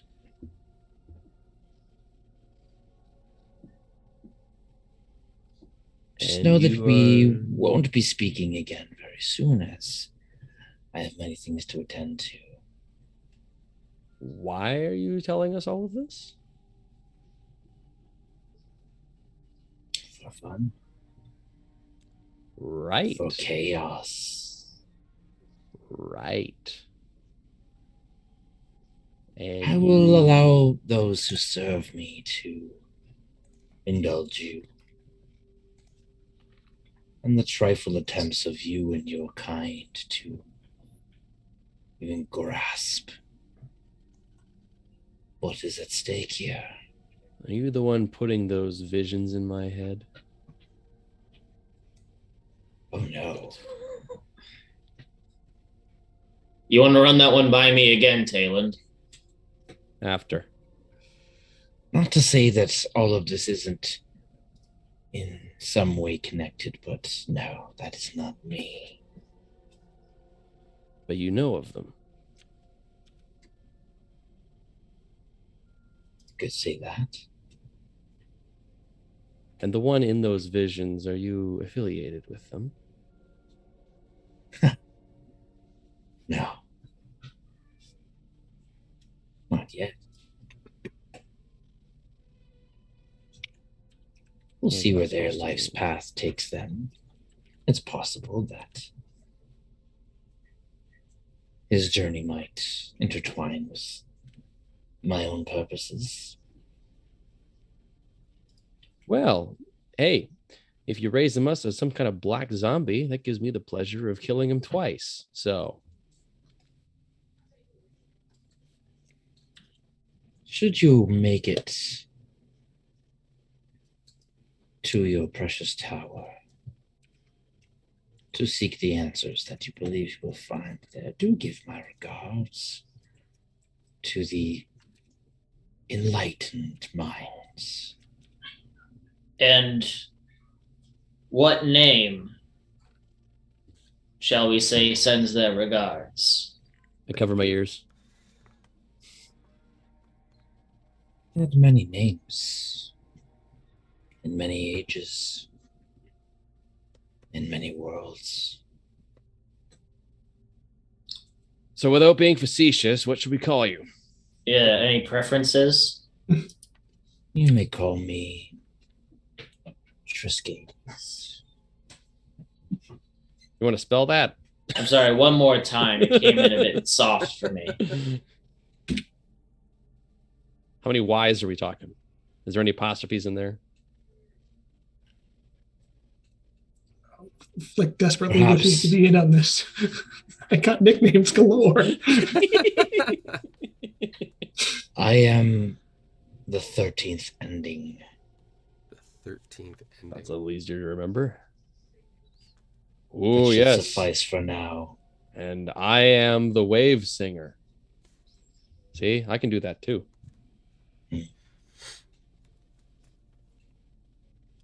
You sing waves that move trifle amounts of water. My small friend, I've moved stars. But enough chit-chat. It seemed pretty stationary to me. I believe a rather recent acquaintance of yours who has tasted of your companion's blood hungers, desires more. Feeding time, perhaps. Mm-hmm. Taylor, let's get some wind in those sails, shall we? Yeah, I was just thinking the same thing, buddy, old pal. Greg, while this is going on, what do Flick and I understand is happening? Or what do we see? Or hear? You see nothing. You hear Torque and Tayland speaking to no one? Something? A lot of nothing. So they're that we can catch, the bits of banter between the two of them, and there's obviously a third party that we can't hear. Pretty much, yeah. It's like, how did we get cut out of this call? You got a way to, splice in? Splice in, no. If this was a matter of comprehension, yes, but We're not hearing it, so no. Captain, we should get out of here as quickly as possible. Hey, you're And back. it's windy weather, boys, stormy weather, boys, gust of wind and gust and all the wind spells.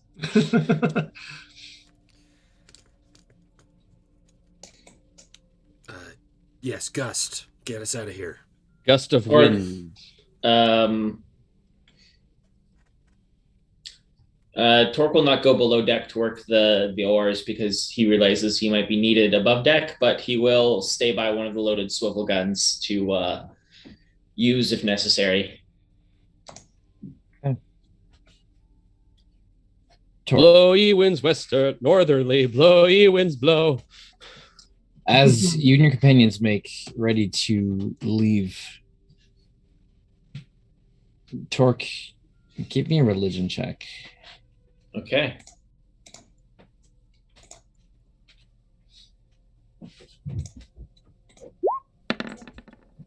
I am proficient in religion. That's a Do I 10. get to do anything with that? Low rolls today. Feel just that slightest urging, a plea, ever so faint, from your goddess, reminding you of her connection to this place or her past connection to this place. Oh. It's not strong enough to urge you in any one choice or direction, but it's there, like that, back of your head. Like, Is it telling me to stay? you know, Or- you are very gently reminded of your goddess's desire. We'll just leave it at that. But her presence seems to be hindered. She's not able to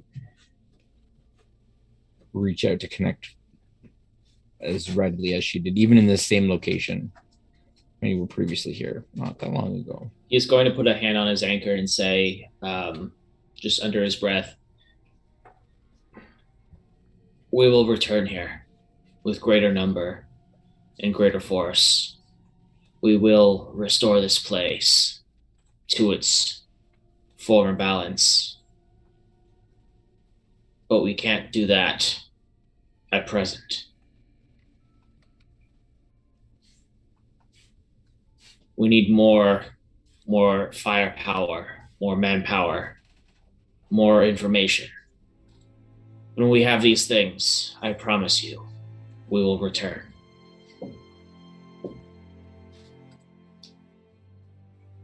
Yes, we have been here before, and at the bottom was a ruined temple. Is that correct? I believe it was a ruined temple of Disfuna. Yeah. Yeah. So yes, this was a holy place that has been corrupted, and all right. Someone else's problem. Yes. As you prepare the sails, begin to prepare your exit, the water around you does start to stir in multiple places. Here we go. Tell me, what all are you doing to urge the ship on? There is no wind. There are no waves. I am creating wind. Torque is not helping the ship move, but he is manning the cannons in case suppressing fire is needed. Yep. If allowed for like more than one round worth of actions, I could potentially do a gust of wind and then maintain that, and then start throwing tidal waves behind us to really get things moving.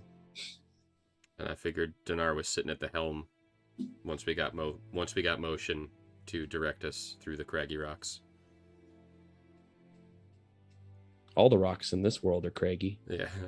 Uh-oh. That's the Eternal Order. That's bad I was news. gonna say, I don't think we were successful, guys. Well, not So it necessarily, begins. but I mean, Order considering that. that's I'm gonna be honest. Even with me pumping wind and waves, like it on a ship, it's just not. It's not gonna be the same. And it would take a minute to get any kind of momentum going. exactly. yeah. So your initiative is we're seeing whether you can move quickly enough to outrun move quicker than the creature, the entity that wishes to hinder your escape. So are we all So rolling that is initiative?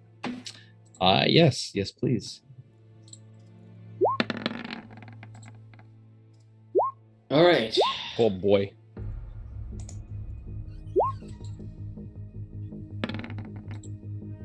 Ooh. About as slow as you can get. Did that automatically roll with advantage for me? I don't Yes. see it. Oh, really? I don't see it on. Yeah, I see 2d20 to keep highest one, Oh. 14 and a 1. That's why it's colored red, because there was a 1. Oh, that's pretty cool. I didn't know Roll20 could do that.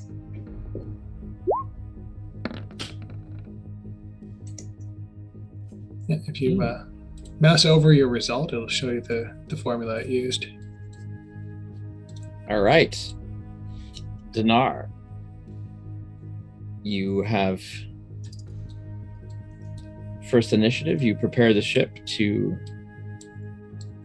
move as presumably Talon is one who's setting. You said you're giving wind to the sails. Yeah, that's what Talon's doing. So Dinar, if your attention is on the ship and the helm, I will get you to give me a water vehicle check, please. Okay. As your action here. Oh, yeah. Of course, all my good rolls are when they don't really matter. So I rolled an 8, but plus 7, so 15. Okay. You've got you're in position. You pretty much done everything you can to kind of set the ship ready to go as soon as it has some sort of movement. Torque.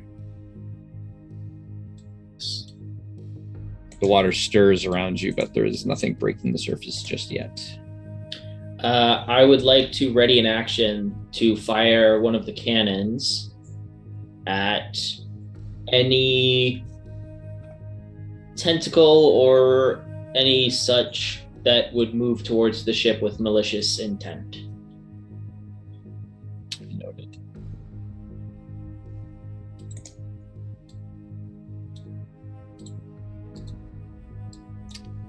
As you prepare, 3 massive tentacles snake their way up out of the water.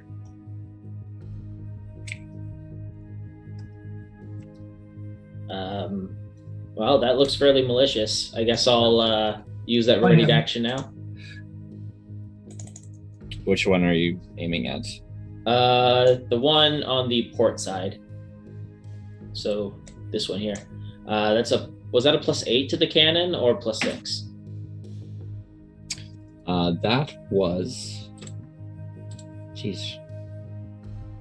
I'm gonna keep this thing ready. Broadside cannon was +6 away. for 40-10. +6, I believe. Yeah. Okay. Yeah. Attack roll. Oh, That's gonna miss. that's a nat 1 for 7. Yes, that will miss. It's a very thin target, hard to. You kind of fire like as it's coming up, and it just like, and then just kind of move, almost anticipate the shot and move around it.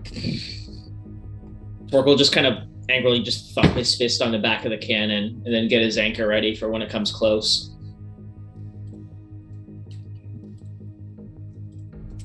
The tentacle, sort of ahead of the ship, just seems to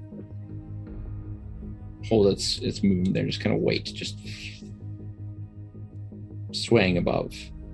And again, there's almost these tentacles themselves, there's almost a sentience to them as they kind of move, mind of their own.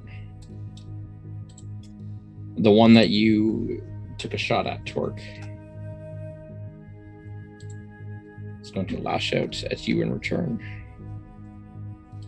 Oh, they've got reach. Oh, yeah. They have a reach of a lot, yeah. Reach for days. So. Fortunately, That's not going to a hit 9 will not, no. So you don't need to worry about the saving throw to escape either, as it kind of whips out towards you. The coming in close, and you manage to kind of sidestep, almost in the same manner as it moved out of the way of the cannon shot, kind of trading misses.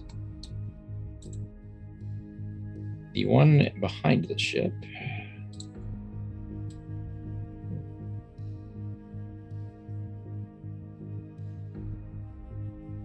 is going to attack the ship.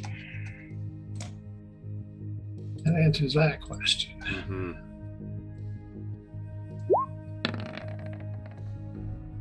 A 21, that is going to hit. I can't grapple it, but They can't pick up the ship and whip us around.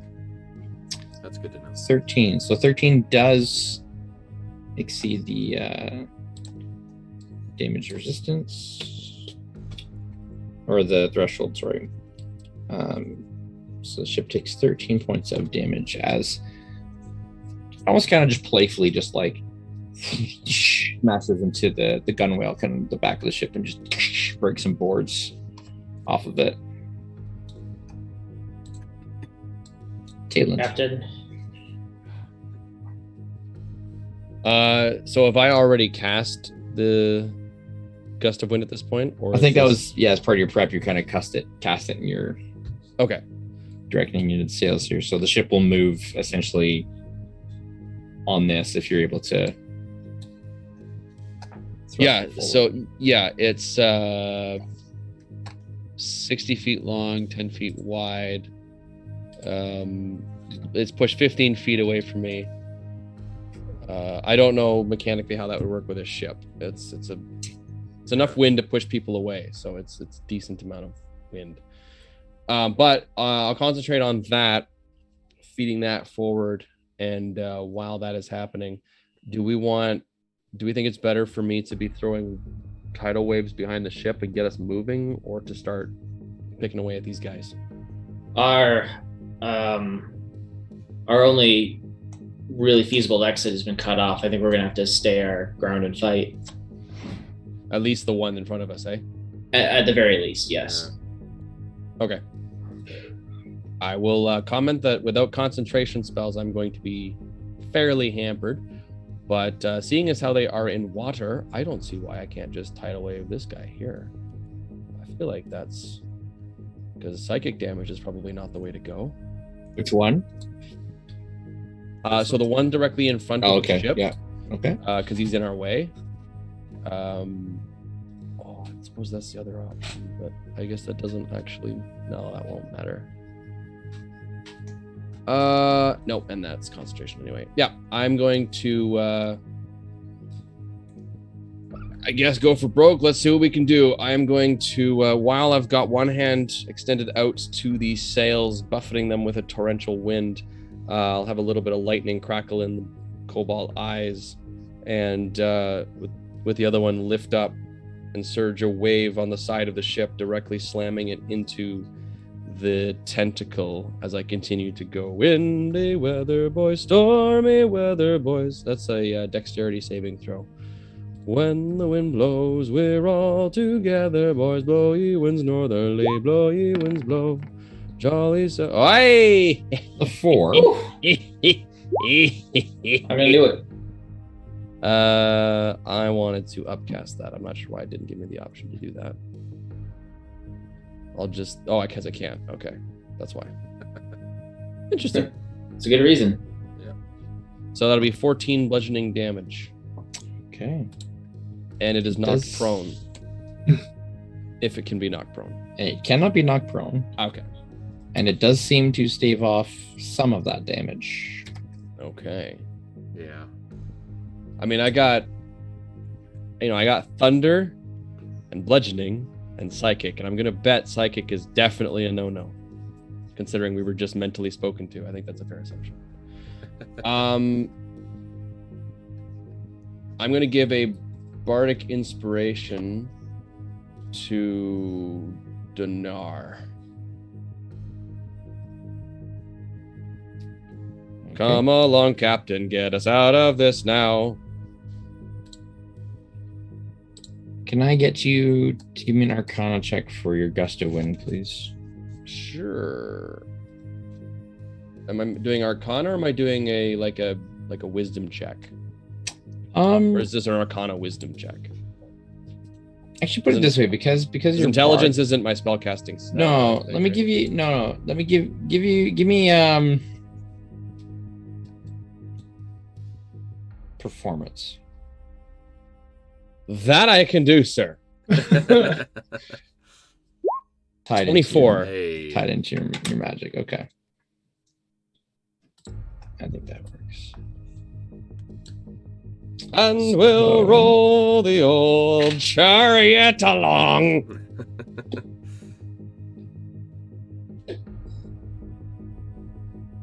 So you are moving. Sir, were you still, because you wanted to move, but you're still, I guess you already prepared that, so it is already moving though. Yeah. No, we are moving. I know we're moving towards the tentacle. That's the reason why I was buffeting it.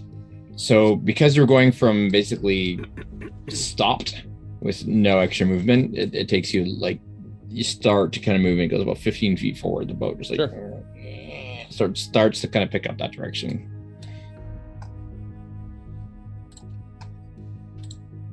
Flick. All right.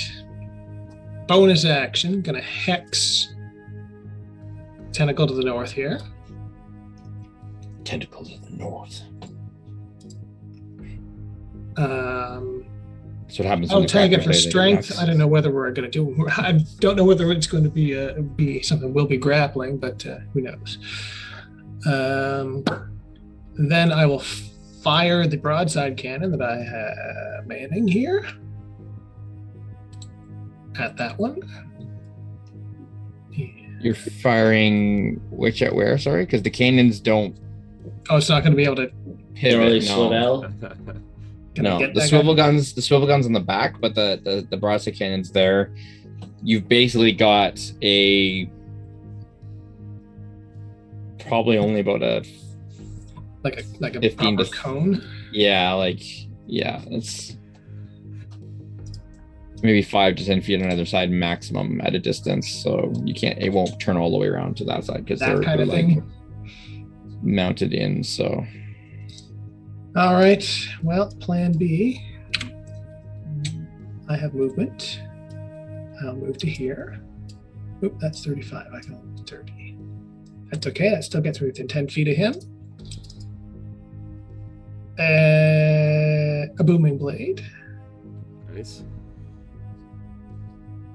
Oh, wait, no, I can't do that from 10 feet away. Shoot, I'll just whip him twice. Whippity whip.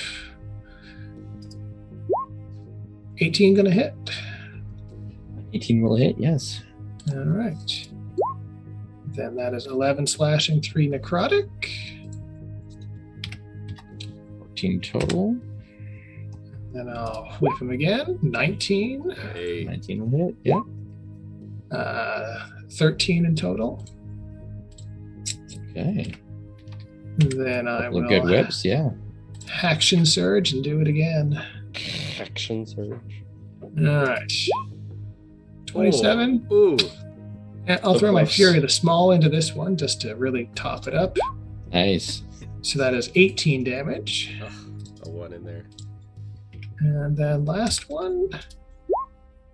Where's the crit? Come on. That one. Another 13. I don't know if you need it. Just hack it to pieces. Yeah, so that was what? 46. That was a lot of damage. Nicely done. 49, 50, Well, 58. he is the fighter. Dang. You just keep whipping at this thing, like burn that one down, ripping the flesh off of it, and enough that it just kind of like starts to kind of flop as part of it kind of breaks free. It just sloughs back down into the water, sinks below the waves. And turn back. Yeah, there's ways clear. Let's haul ass. Let's go. I softened it up. Dinar.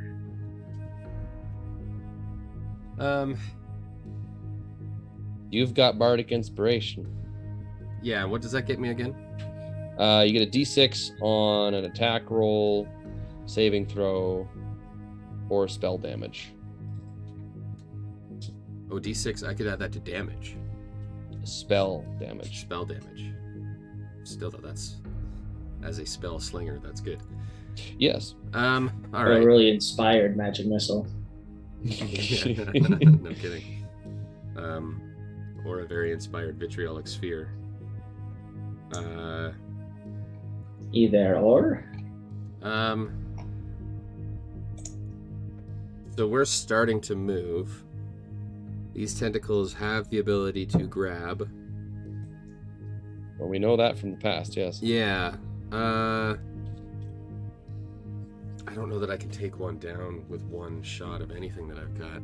Because you did 40 damage, Flick? It was 50 something. 50 something. I don't know that I can do 50 something in one shot. So I think what Dinar is gonna do, because these things can grab, he is gonna hope that he doesn't get grabbed. But he is gonna prepare a 4th level magic missile. Yeah. Well, no, I suppose magic missile maybe makes the most sense because I don't have to roll on it, so it's just mentally guided. So Dinar will prepare a 4th level magic missile that will release should anything grapple and pull one of my compatriots off the boat. Okay. Otherwise, he will continue urging the group forward. All right. Torque. Well, I'm a melee guy. Options are limited.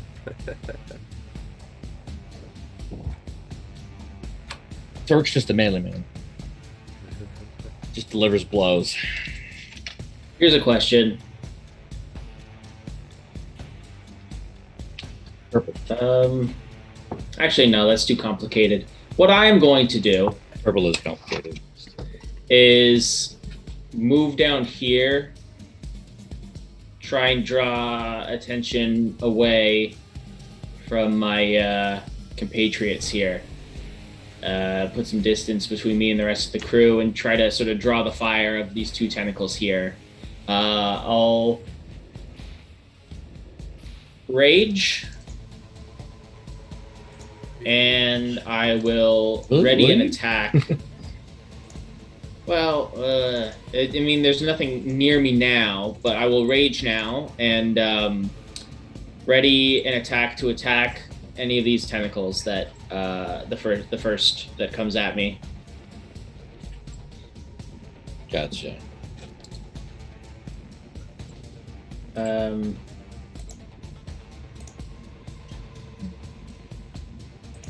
I will be using my maul for this. Okay.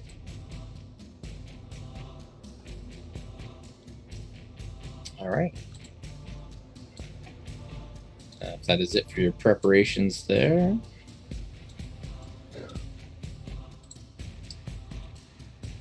This tentacle over here.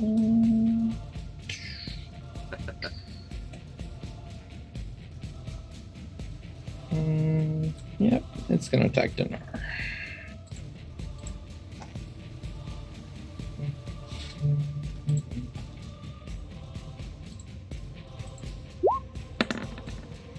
It's a 24 to hit. Oh, yeah. That's Does certainly the gonna magic hit. missile pop off at that? Well, I had said if it tried to pick any of my compatriots up off the boat like a fool. He Okay, did well not. now I know what I'm doing next round. So you take 14. 14 points of slam damage, bludgeoning damage, Crunch and damage. you are grappled. I Is am it- grappled. Grabs you and pulls you off the deck. Oh, That's a Now- problem. as it's pulling me off, am I able to use my magic missile, or am I? In your wording, you did specify if any of your compatriots. Fair enough. Yep. Yep. not including yourself in that. So Yeah, I know. I'm so. so ready actions. There's this specificity in there. You use that the right words. I used the wrong words. Yep. you did. Yeah. You've just been lawyered. Oh, just to extra rain on your parade, you still have to concentrate on the spell you've ready, don't you? Mm-hmm. Oh, so And do I just have took to? damage. So I have to So roll. concentration check, just in case one of us gets. Yeah, That is true, and one is attacking Torque at the moment. And so what is this plus? It's basically just a Constitution save. It's Okay. con save. That is gonna fail. That's a 5. I was gonna say a D6 isn't gonna help that then. Oh, a 25 does hit me, yes. 25 to hit Torque. So good. You love to see it. So Torque, you take 15 points of bludgeoning damage. Which I guess rounds down to 7 because I'm raging. Yeah. And you are also grappled. Now I did say that I was just going to attack like any tentacle that comes after me. That is true. We have worded ourselves into a hole. So it did come after I you. haven't. So I can do what I okay, made okay. good on. Okay. That is correct. For a Oof. big old 11. 11, unfortunately. That's does all not right. hit. I got him right where I want him now. So Talon and Flick, as you turn around, you see two tentacles, one each, take Dinar and Talon, just kind of like slam them and just pull them both back up off the ship. Hell, I'm too hungover for this. And Talon, is your turn. Oh, jeez. Okay. Well, ship needs to keep moving. I mean, I can't Thunder Wave because that's only must be within me. Oh boy. Yep. Well, Yep. yeah. All right. Here's a question. Can I alter my gust of wind to pull? No. Can I use gust to do that? Pushed? No. None of that is. All right. Well, what do you say, Flick? We just target one down. Yeah, pick one and we'll burn it. I say the one that's got D. Tor can handle himself. Yeah, that one that grabbed Torque has basically just signed its own death warrant.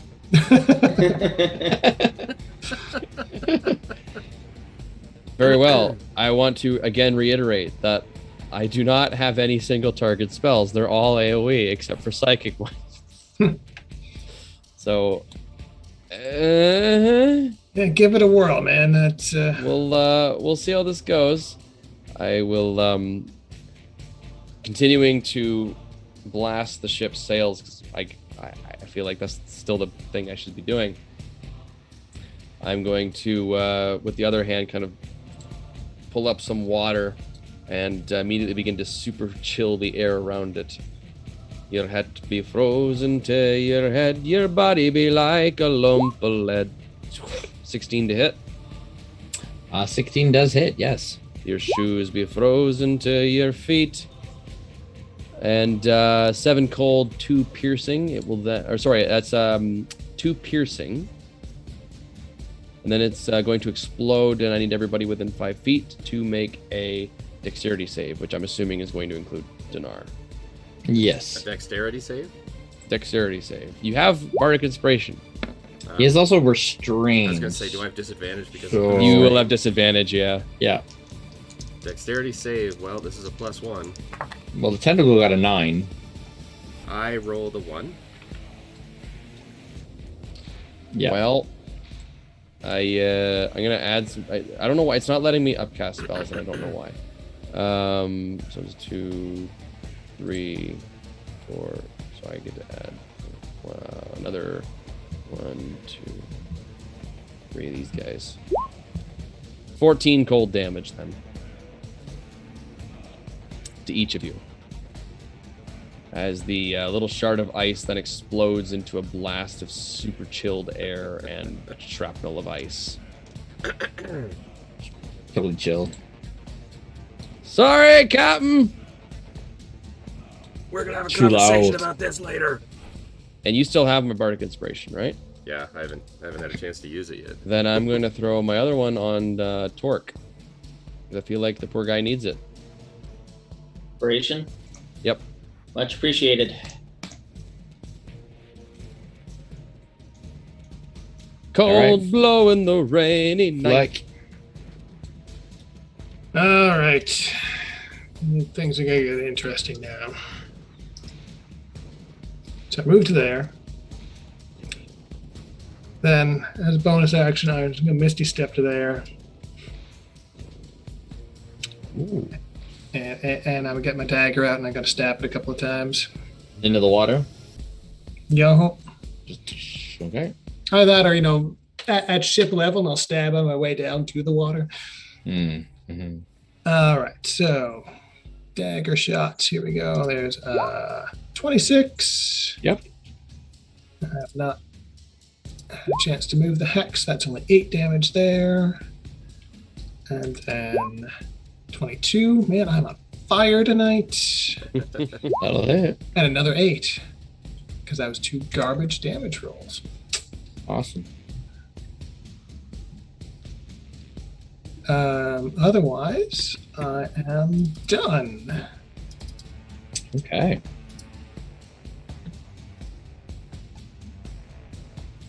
Dinar, back to you.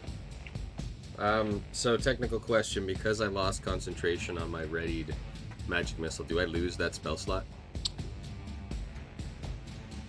Because you had it readied. Do you want the actual rule version or do you want Craig's judge?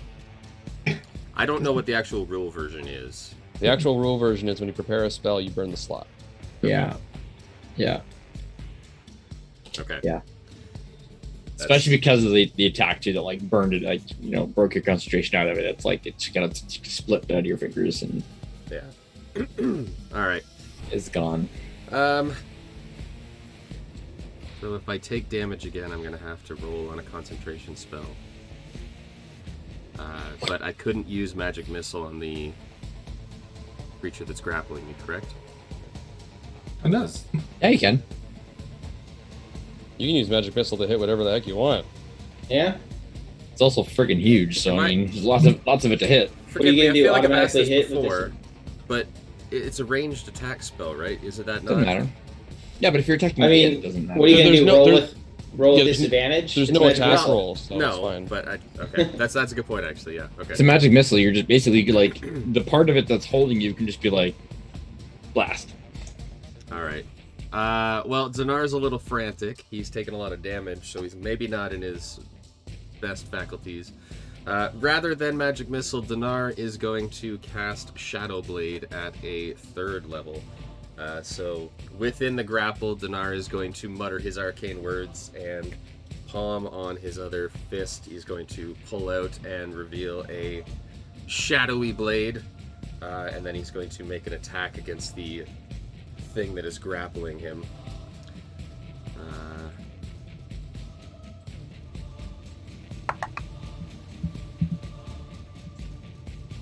Oh, that's probably not going to hit.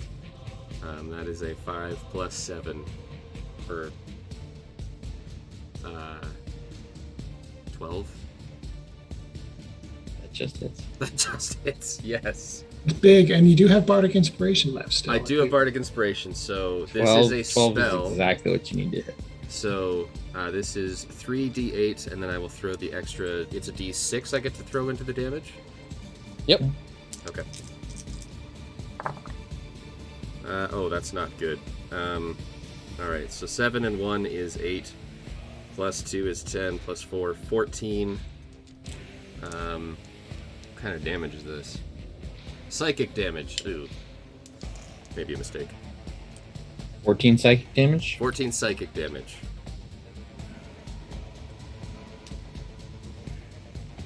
Takes 14 psychic damage. Make it fall over. And that is pretty much all that Dinar can do.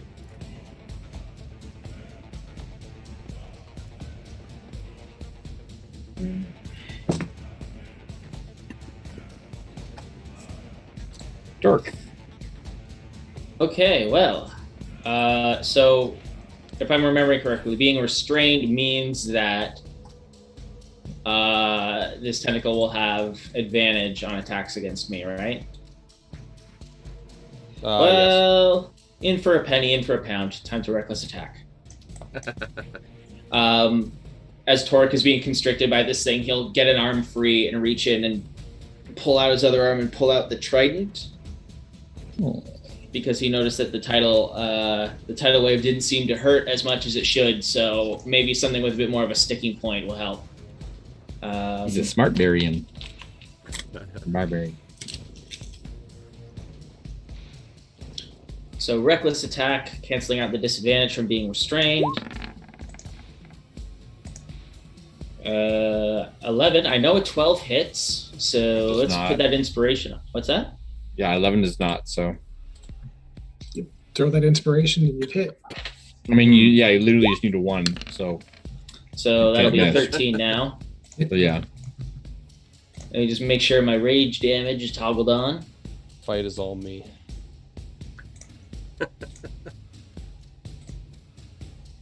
Here we go. You know, it's also all me, so. Wow. So that is going to be 10 piercing damage. Okay. Next All hit. All right, 24. That's more like 24, yep. For another 7. Another 7 piercing damage. And I'll get to make a dexterity saving throw as well. Well, you know how awesome they are. Jeez.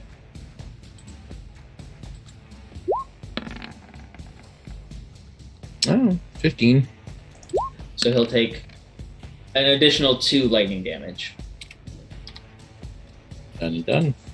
Not my best output, but given the circumstances, I'm doing my best. Okay.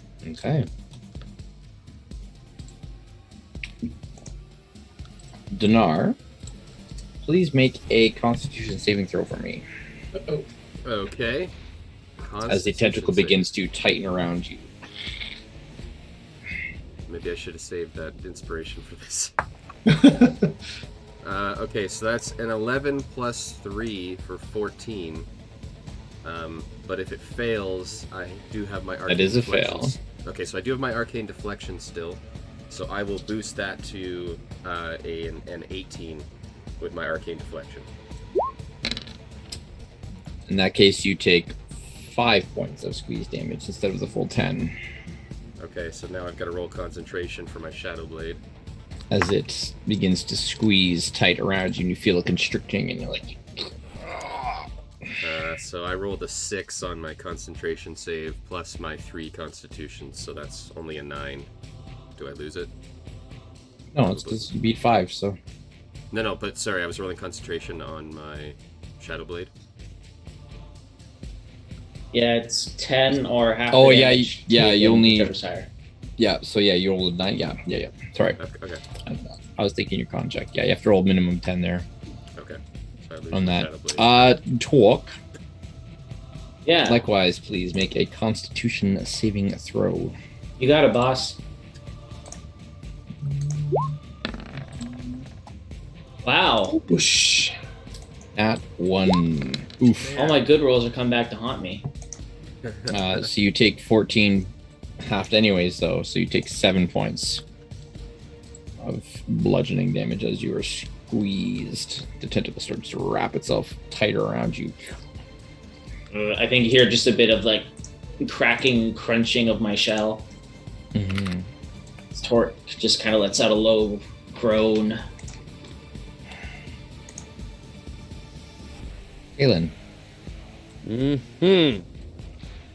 So, did Talon able to ascertain that the thing took psychic damage? Or was it kind of not? What's your passive perception? 17. I'd say with that, you saw like the sort of spell he was casting, what he was doing, and it did seem to affect him. So I would be under the impression Allow. that psychic damage would actually be worth doing, which seems to. changes the game. All right.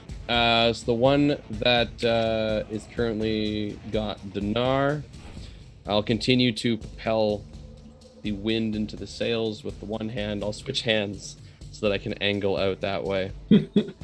And I will attempt to damage it with some good old psychic damage. I'll need it to make a wisdom save, please.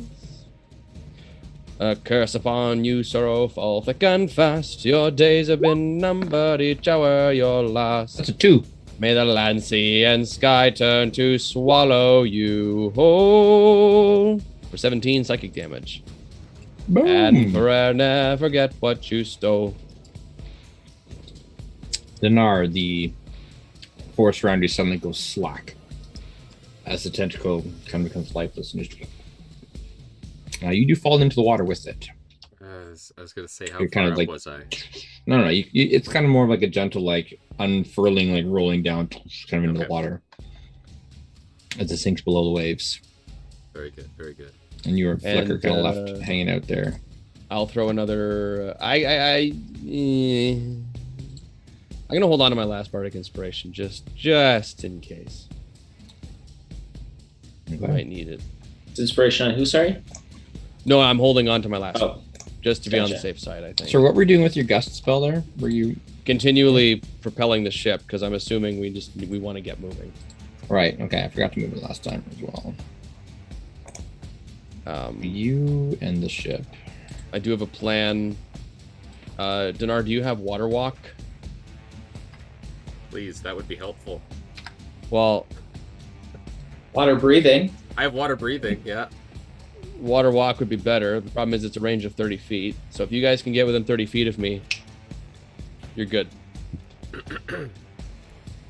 Working on it. Can certainly try. Yeah, well, Torque's got a bit more of a... I'm not really worried about Torque is a swim speed. It's the other two. Because this ship is going to really start picking up some speed. Flick.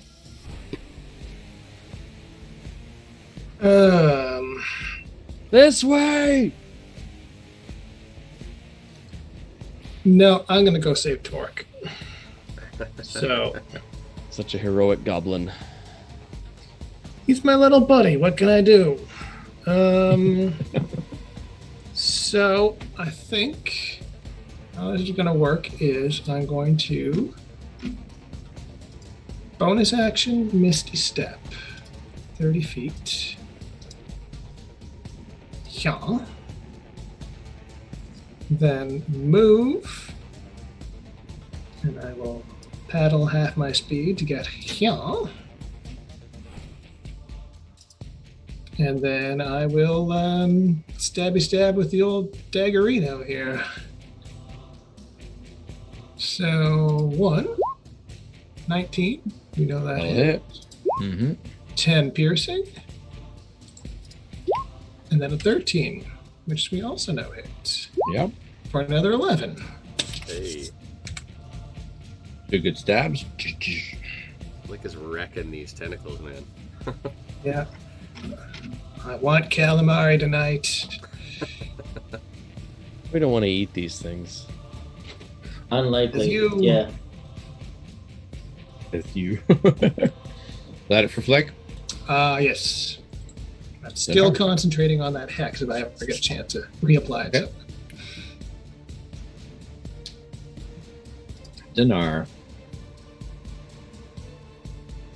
So movement through water is half speed, correct? Yep, since you have no swim speed. At least you don't have a current to deal with. It's true. Still water. Yeah, I think the smartest thing for me to do at my current health is to just move. So let's go 5, 10, 15, and I'll double move. So 5, 10, 15 to get up here. And that'll be Dinar's turn. Okay. Torque. Well, I'm a simple turtle. I get grabbed up by a big tentacle. I'm probably going to stab it with a trident. First attack. The 19 will hit. Yeah. Yes, sir. So that'll be 9 piercing damage. Excellent. Really missing my anchor right now. Second hit, 17 for 7 piercing. And I'll get it to make a dexterity saving throw as well to try and add some lightning damage onto that. Yes, sir. That's a 17. Ooh. Yeah. So an extra 3. Oh my gosh. Oh, Like wow. as you're swimming forward, you just see this tentacle flailing around as Torque is just like it's like wrapped around his waist, and Torque is just stabbing it repeatedly and screaming as You got it electricity right just where you want crackles it. around him. You guys can see the health bar, right? On Yeah. there? Yeah. You can see like it's like I guess Torque's kind of in the way. Torque can move you. Death by 1,000 cuts. Wow. Yep. So you can see where Wow. it's at. For all you watching, you can see. Like, you're so close, man. Is that it for Torque then? Yeah, that's it. All right, then I will get you to make a Constitution saving throw, please. Okay. As it continues to constrict. 14. 14 is another fail. But I rolled horribly on some of that, so 11. So you take 5 points of bludgeoning damage. It just continues to just squeeze. I mean, him. the way I see it is, what's the point of having a bunch of hit points if you don't use them, right?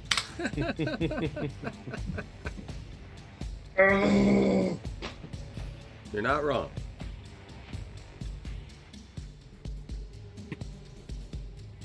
Talon. All right. How far away is this guy? He's 80 feet. And Flick is still dealing with that. Dinar looks injured. Very injured, yes. Do we want to deal with that? We think Torque and Flick got that taken care of? Yeah, I think we've got this. All right. And do you to whom adversity has dealt the final blow, with smiling bastards lying to you everywhere you go, turn to and turn out all you... Okay, so there we go. 9 healing. Appreciate that.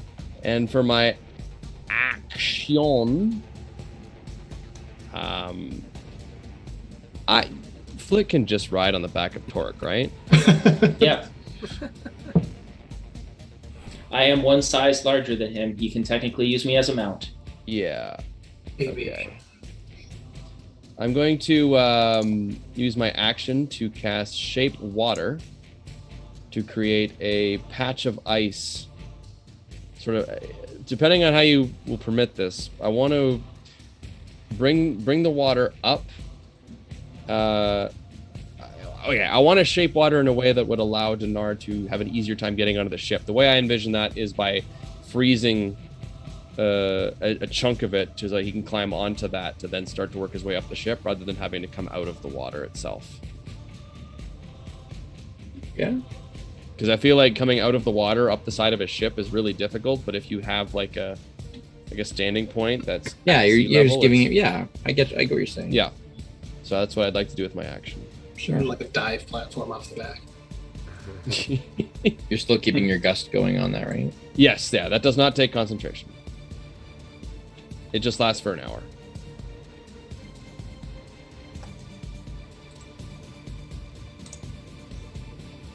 So the ship continues to move away. Rise again, though your heart Flick. is broken and life about to end.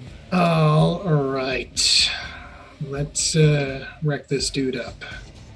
I just need to hit him once, so So you I'm can going cough on him and to start with a booming blade this time. COVID. Hey, there we go. Flick him in the suction cups.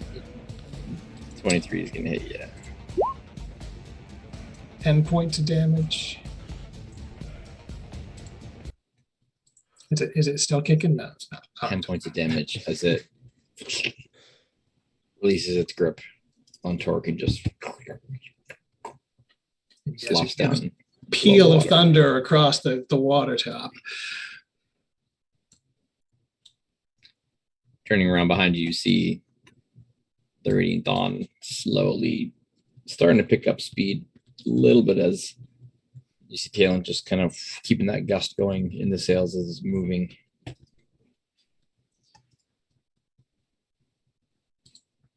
You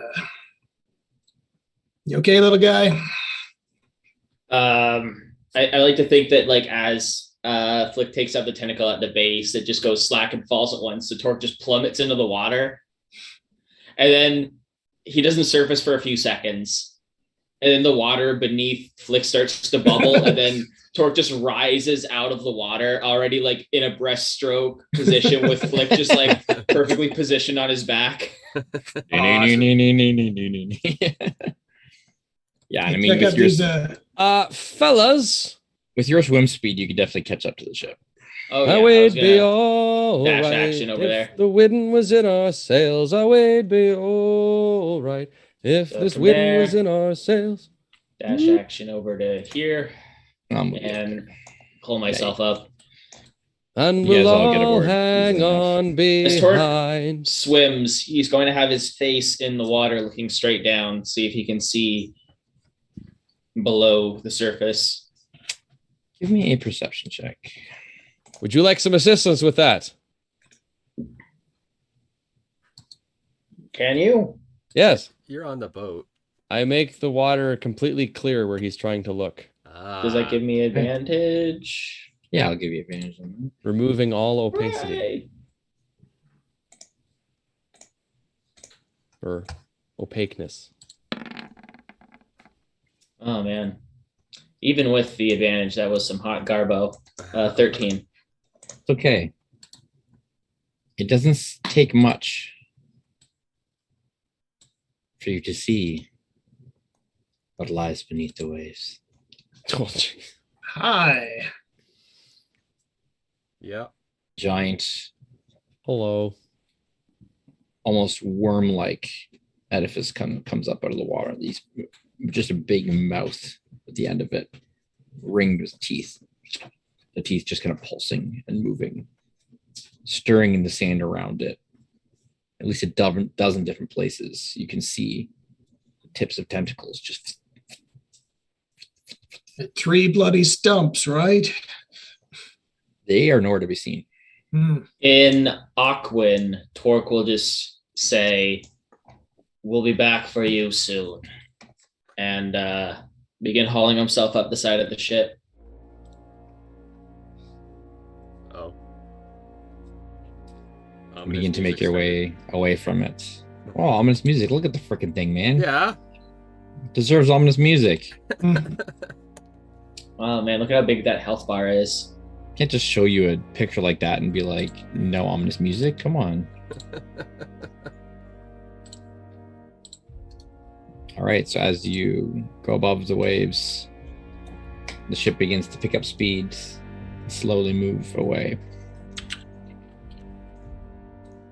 You see the water begin to stir around where the center of this creature is. And start to swirl in a vortex as the water breaks and bubbles and it begins to emerge, coming up out of the water. Flick. More and more tentacles just kind of start to break the surface. Thought occurs to me. This powder that we use for the cannons, we tend to keep it in some rather large barrels, yes? I'm way ahead of you. Ship is still moving at this point. Yeah. I will scamper below decks and find a keg of black powder. Has it been over a minute?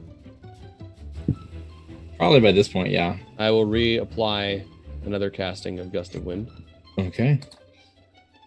And Flick and I will be gathering some barrels of gunpowder. All right. Let's keep this moving, people. Oh wait, but if it gets wet, will it even be usable? Well, the creature's coming out of the water now. Oh, it is? Yeah.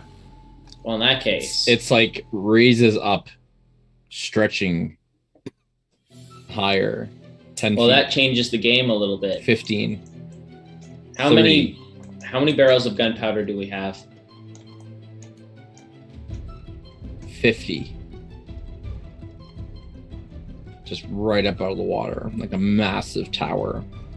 The top of it just kind of turns, looking down. Way, hey, blow the thing down. But it doesn't seem to make a move towards the ship. It just watches. And as you pass by, small rocks here and there, the tentacles start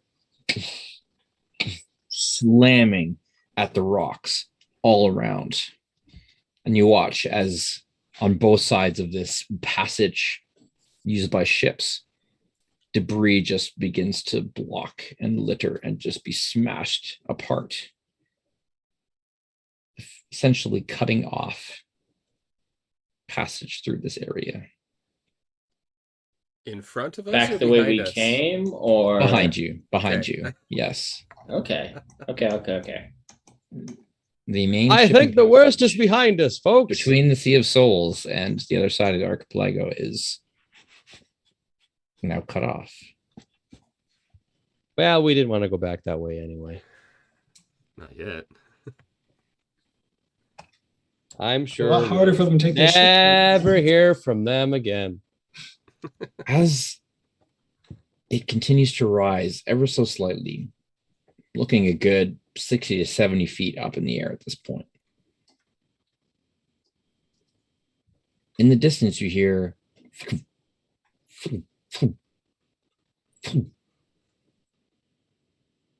and from up in the clouds almost, the direction of the tower, the Ivory Spire, you see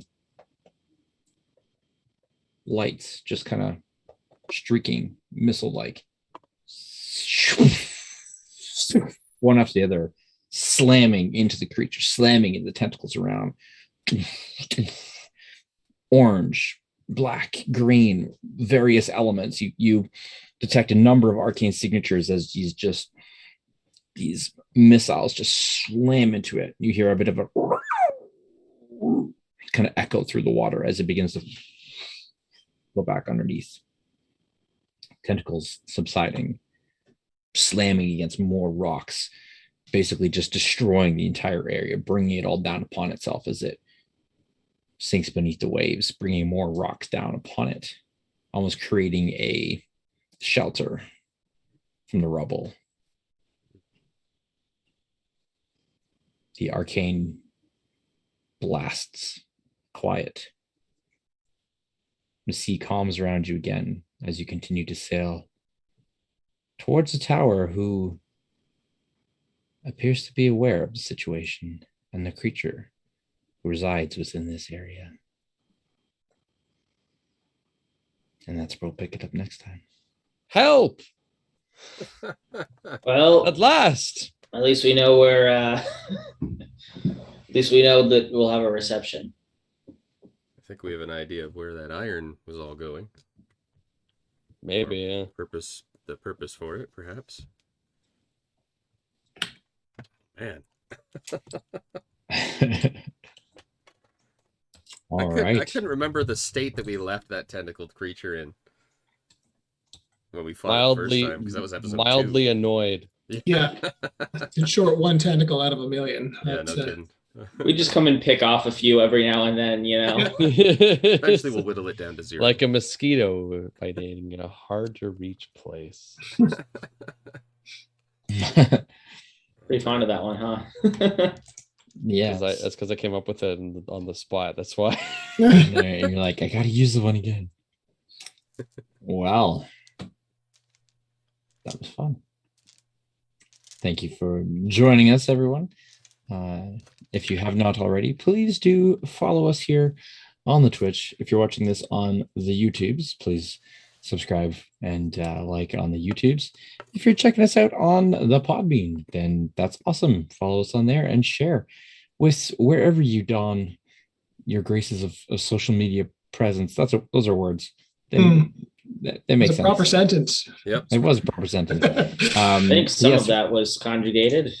wherever you social in your media, socialized and yeah, please spread the love and bring others in so we can have fun hanging out together. And thank you, chat, for being lively as always. And it's always fun to see what's going on there. So it was good times, even with a little bit of real life random encounters. So we'll let that out though, and maybe we'll leave it in just for curiosity. But nah, I'm assuming in VOD this like that part will be all edited out. So if you're watching this VOD, you have no idea what I'm talking about right now, and that's okay. That 10-minute long break. But yes, we'll catch you next time, and don't forget that we will be launching our Discord server. So stay tuned for announcements on that. And for little teasers. And once that is up and running, then we'll be happy to see all of you there. Invite some guests, and we'll hang out and chat D&D and memes and life and Sea of Souls as is appropriate. So until then, happy gaming all. Good night. Wind at your back. Or in your face.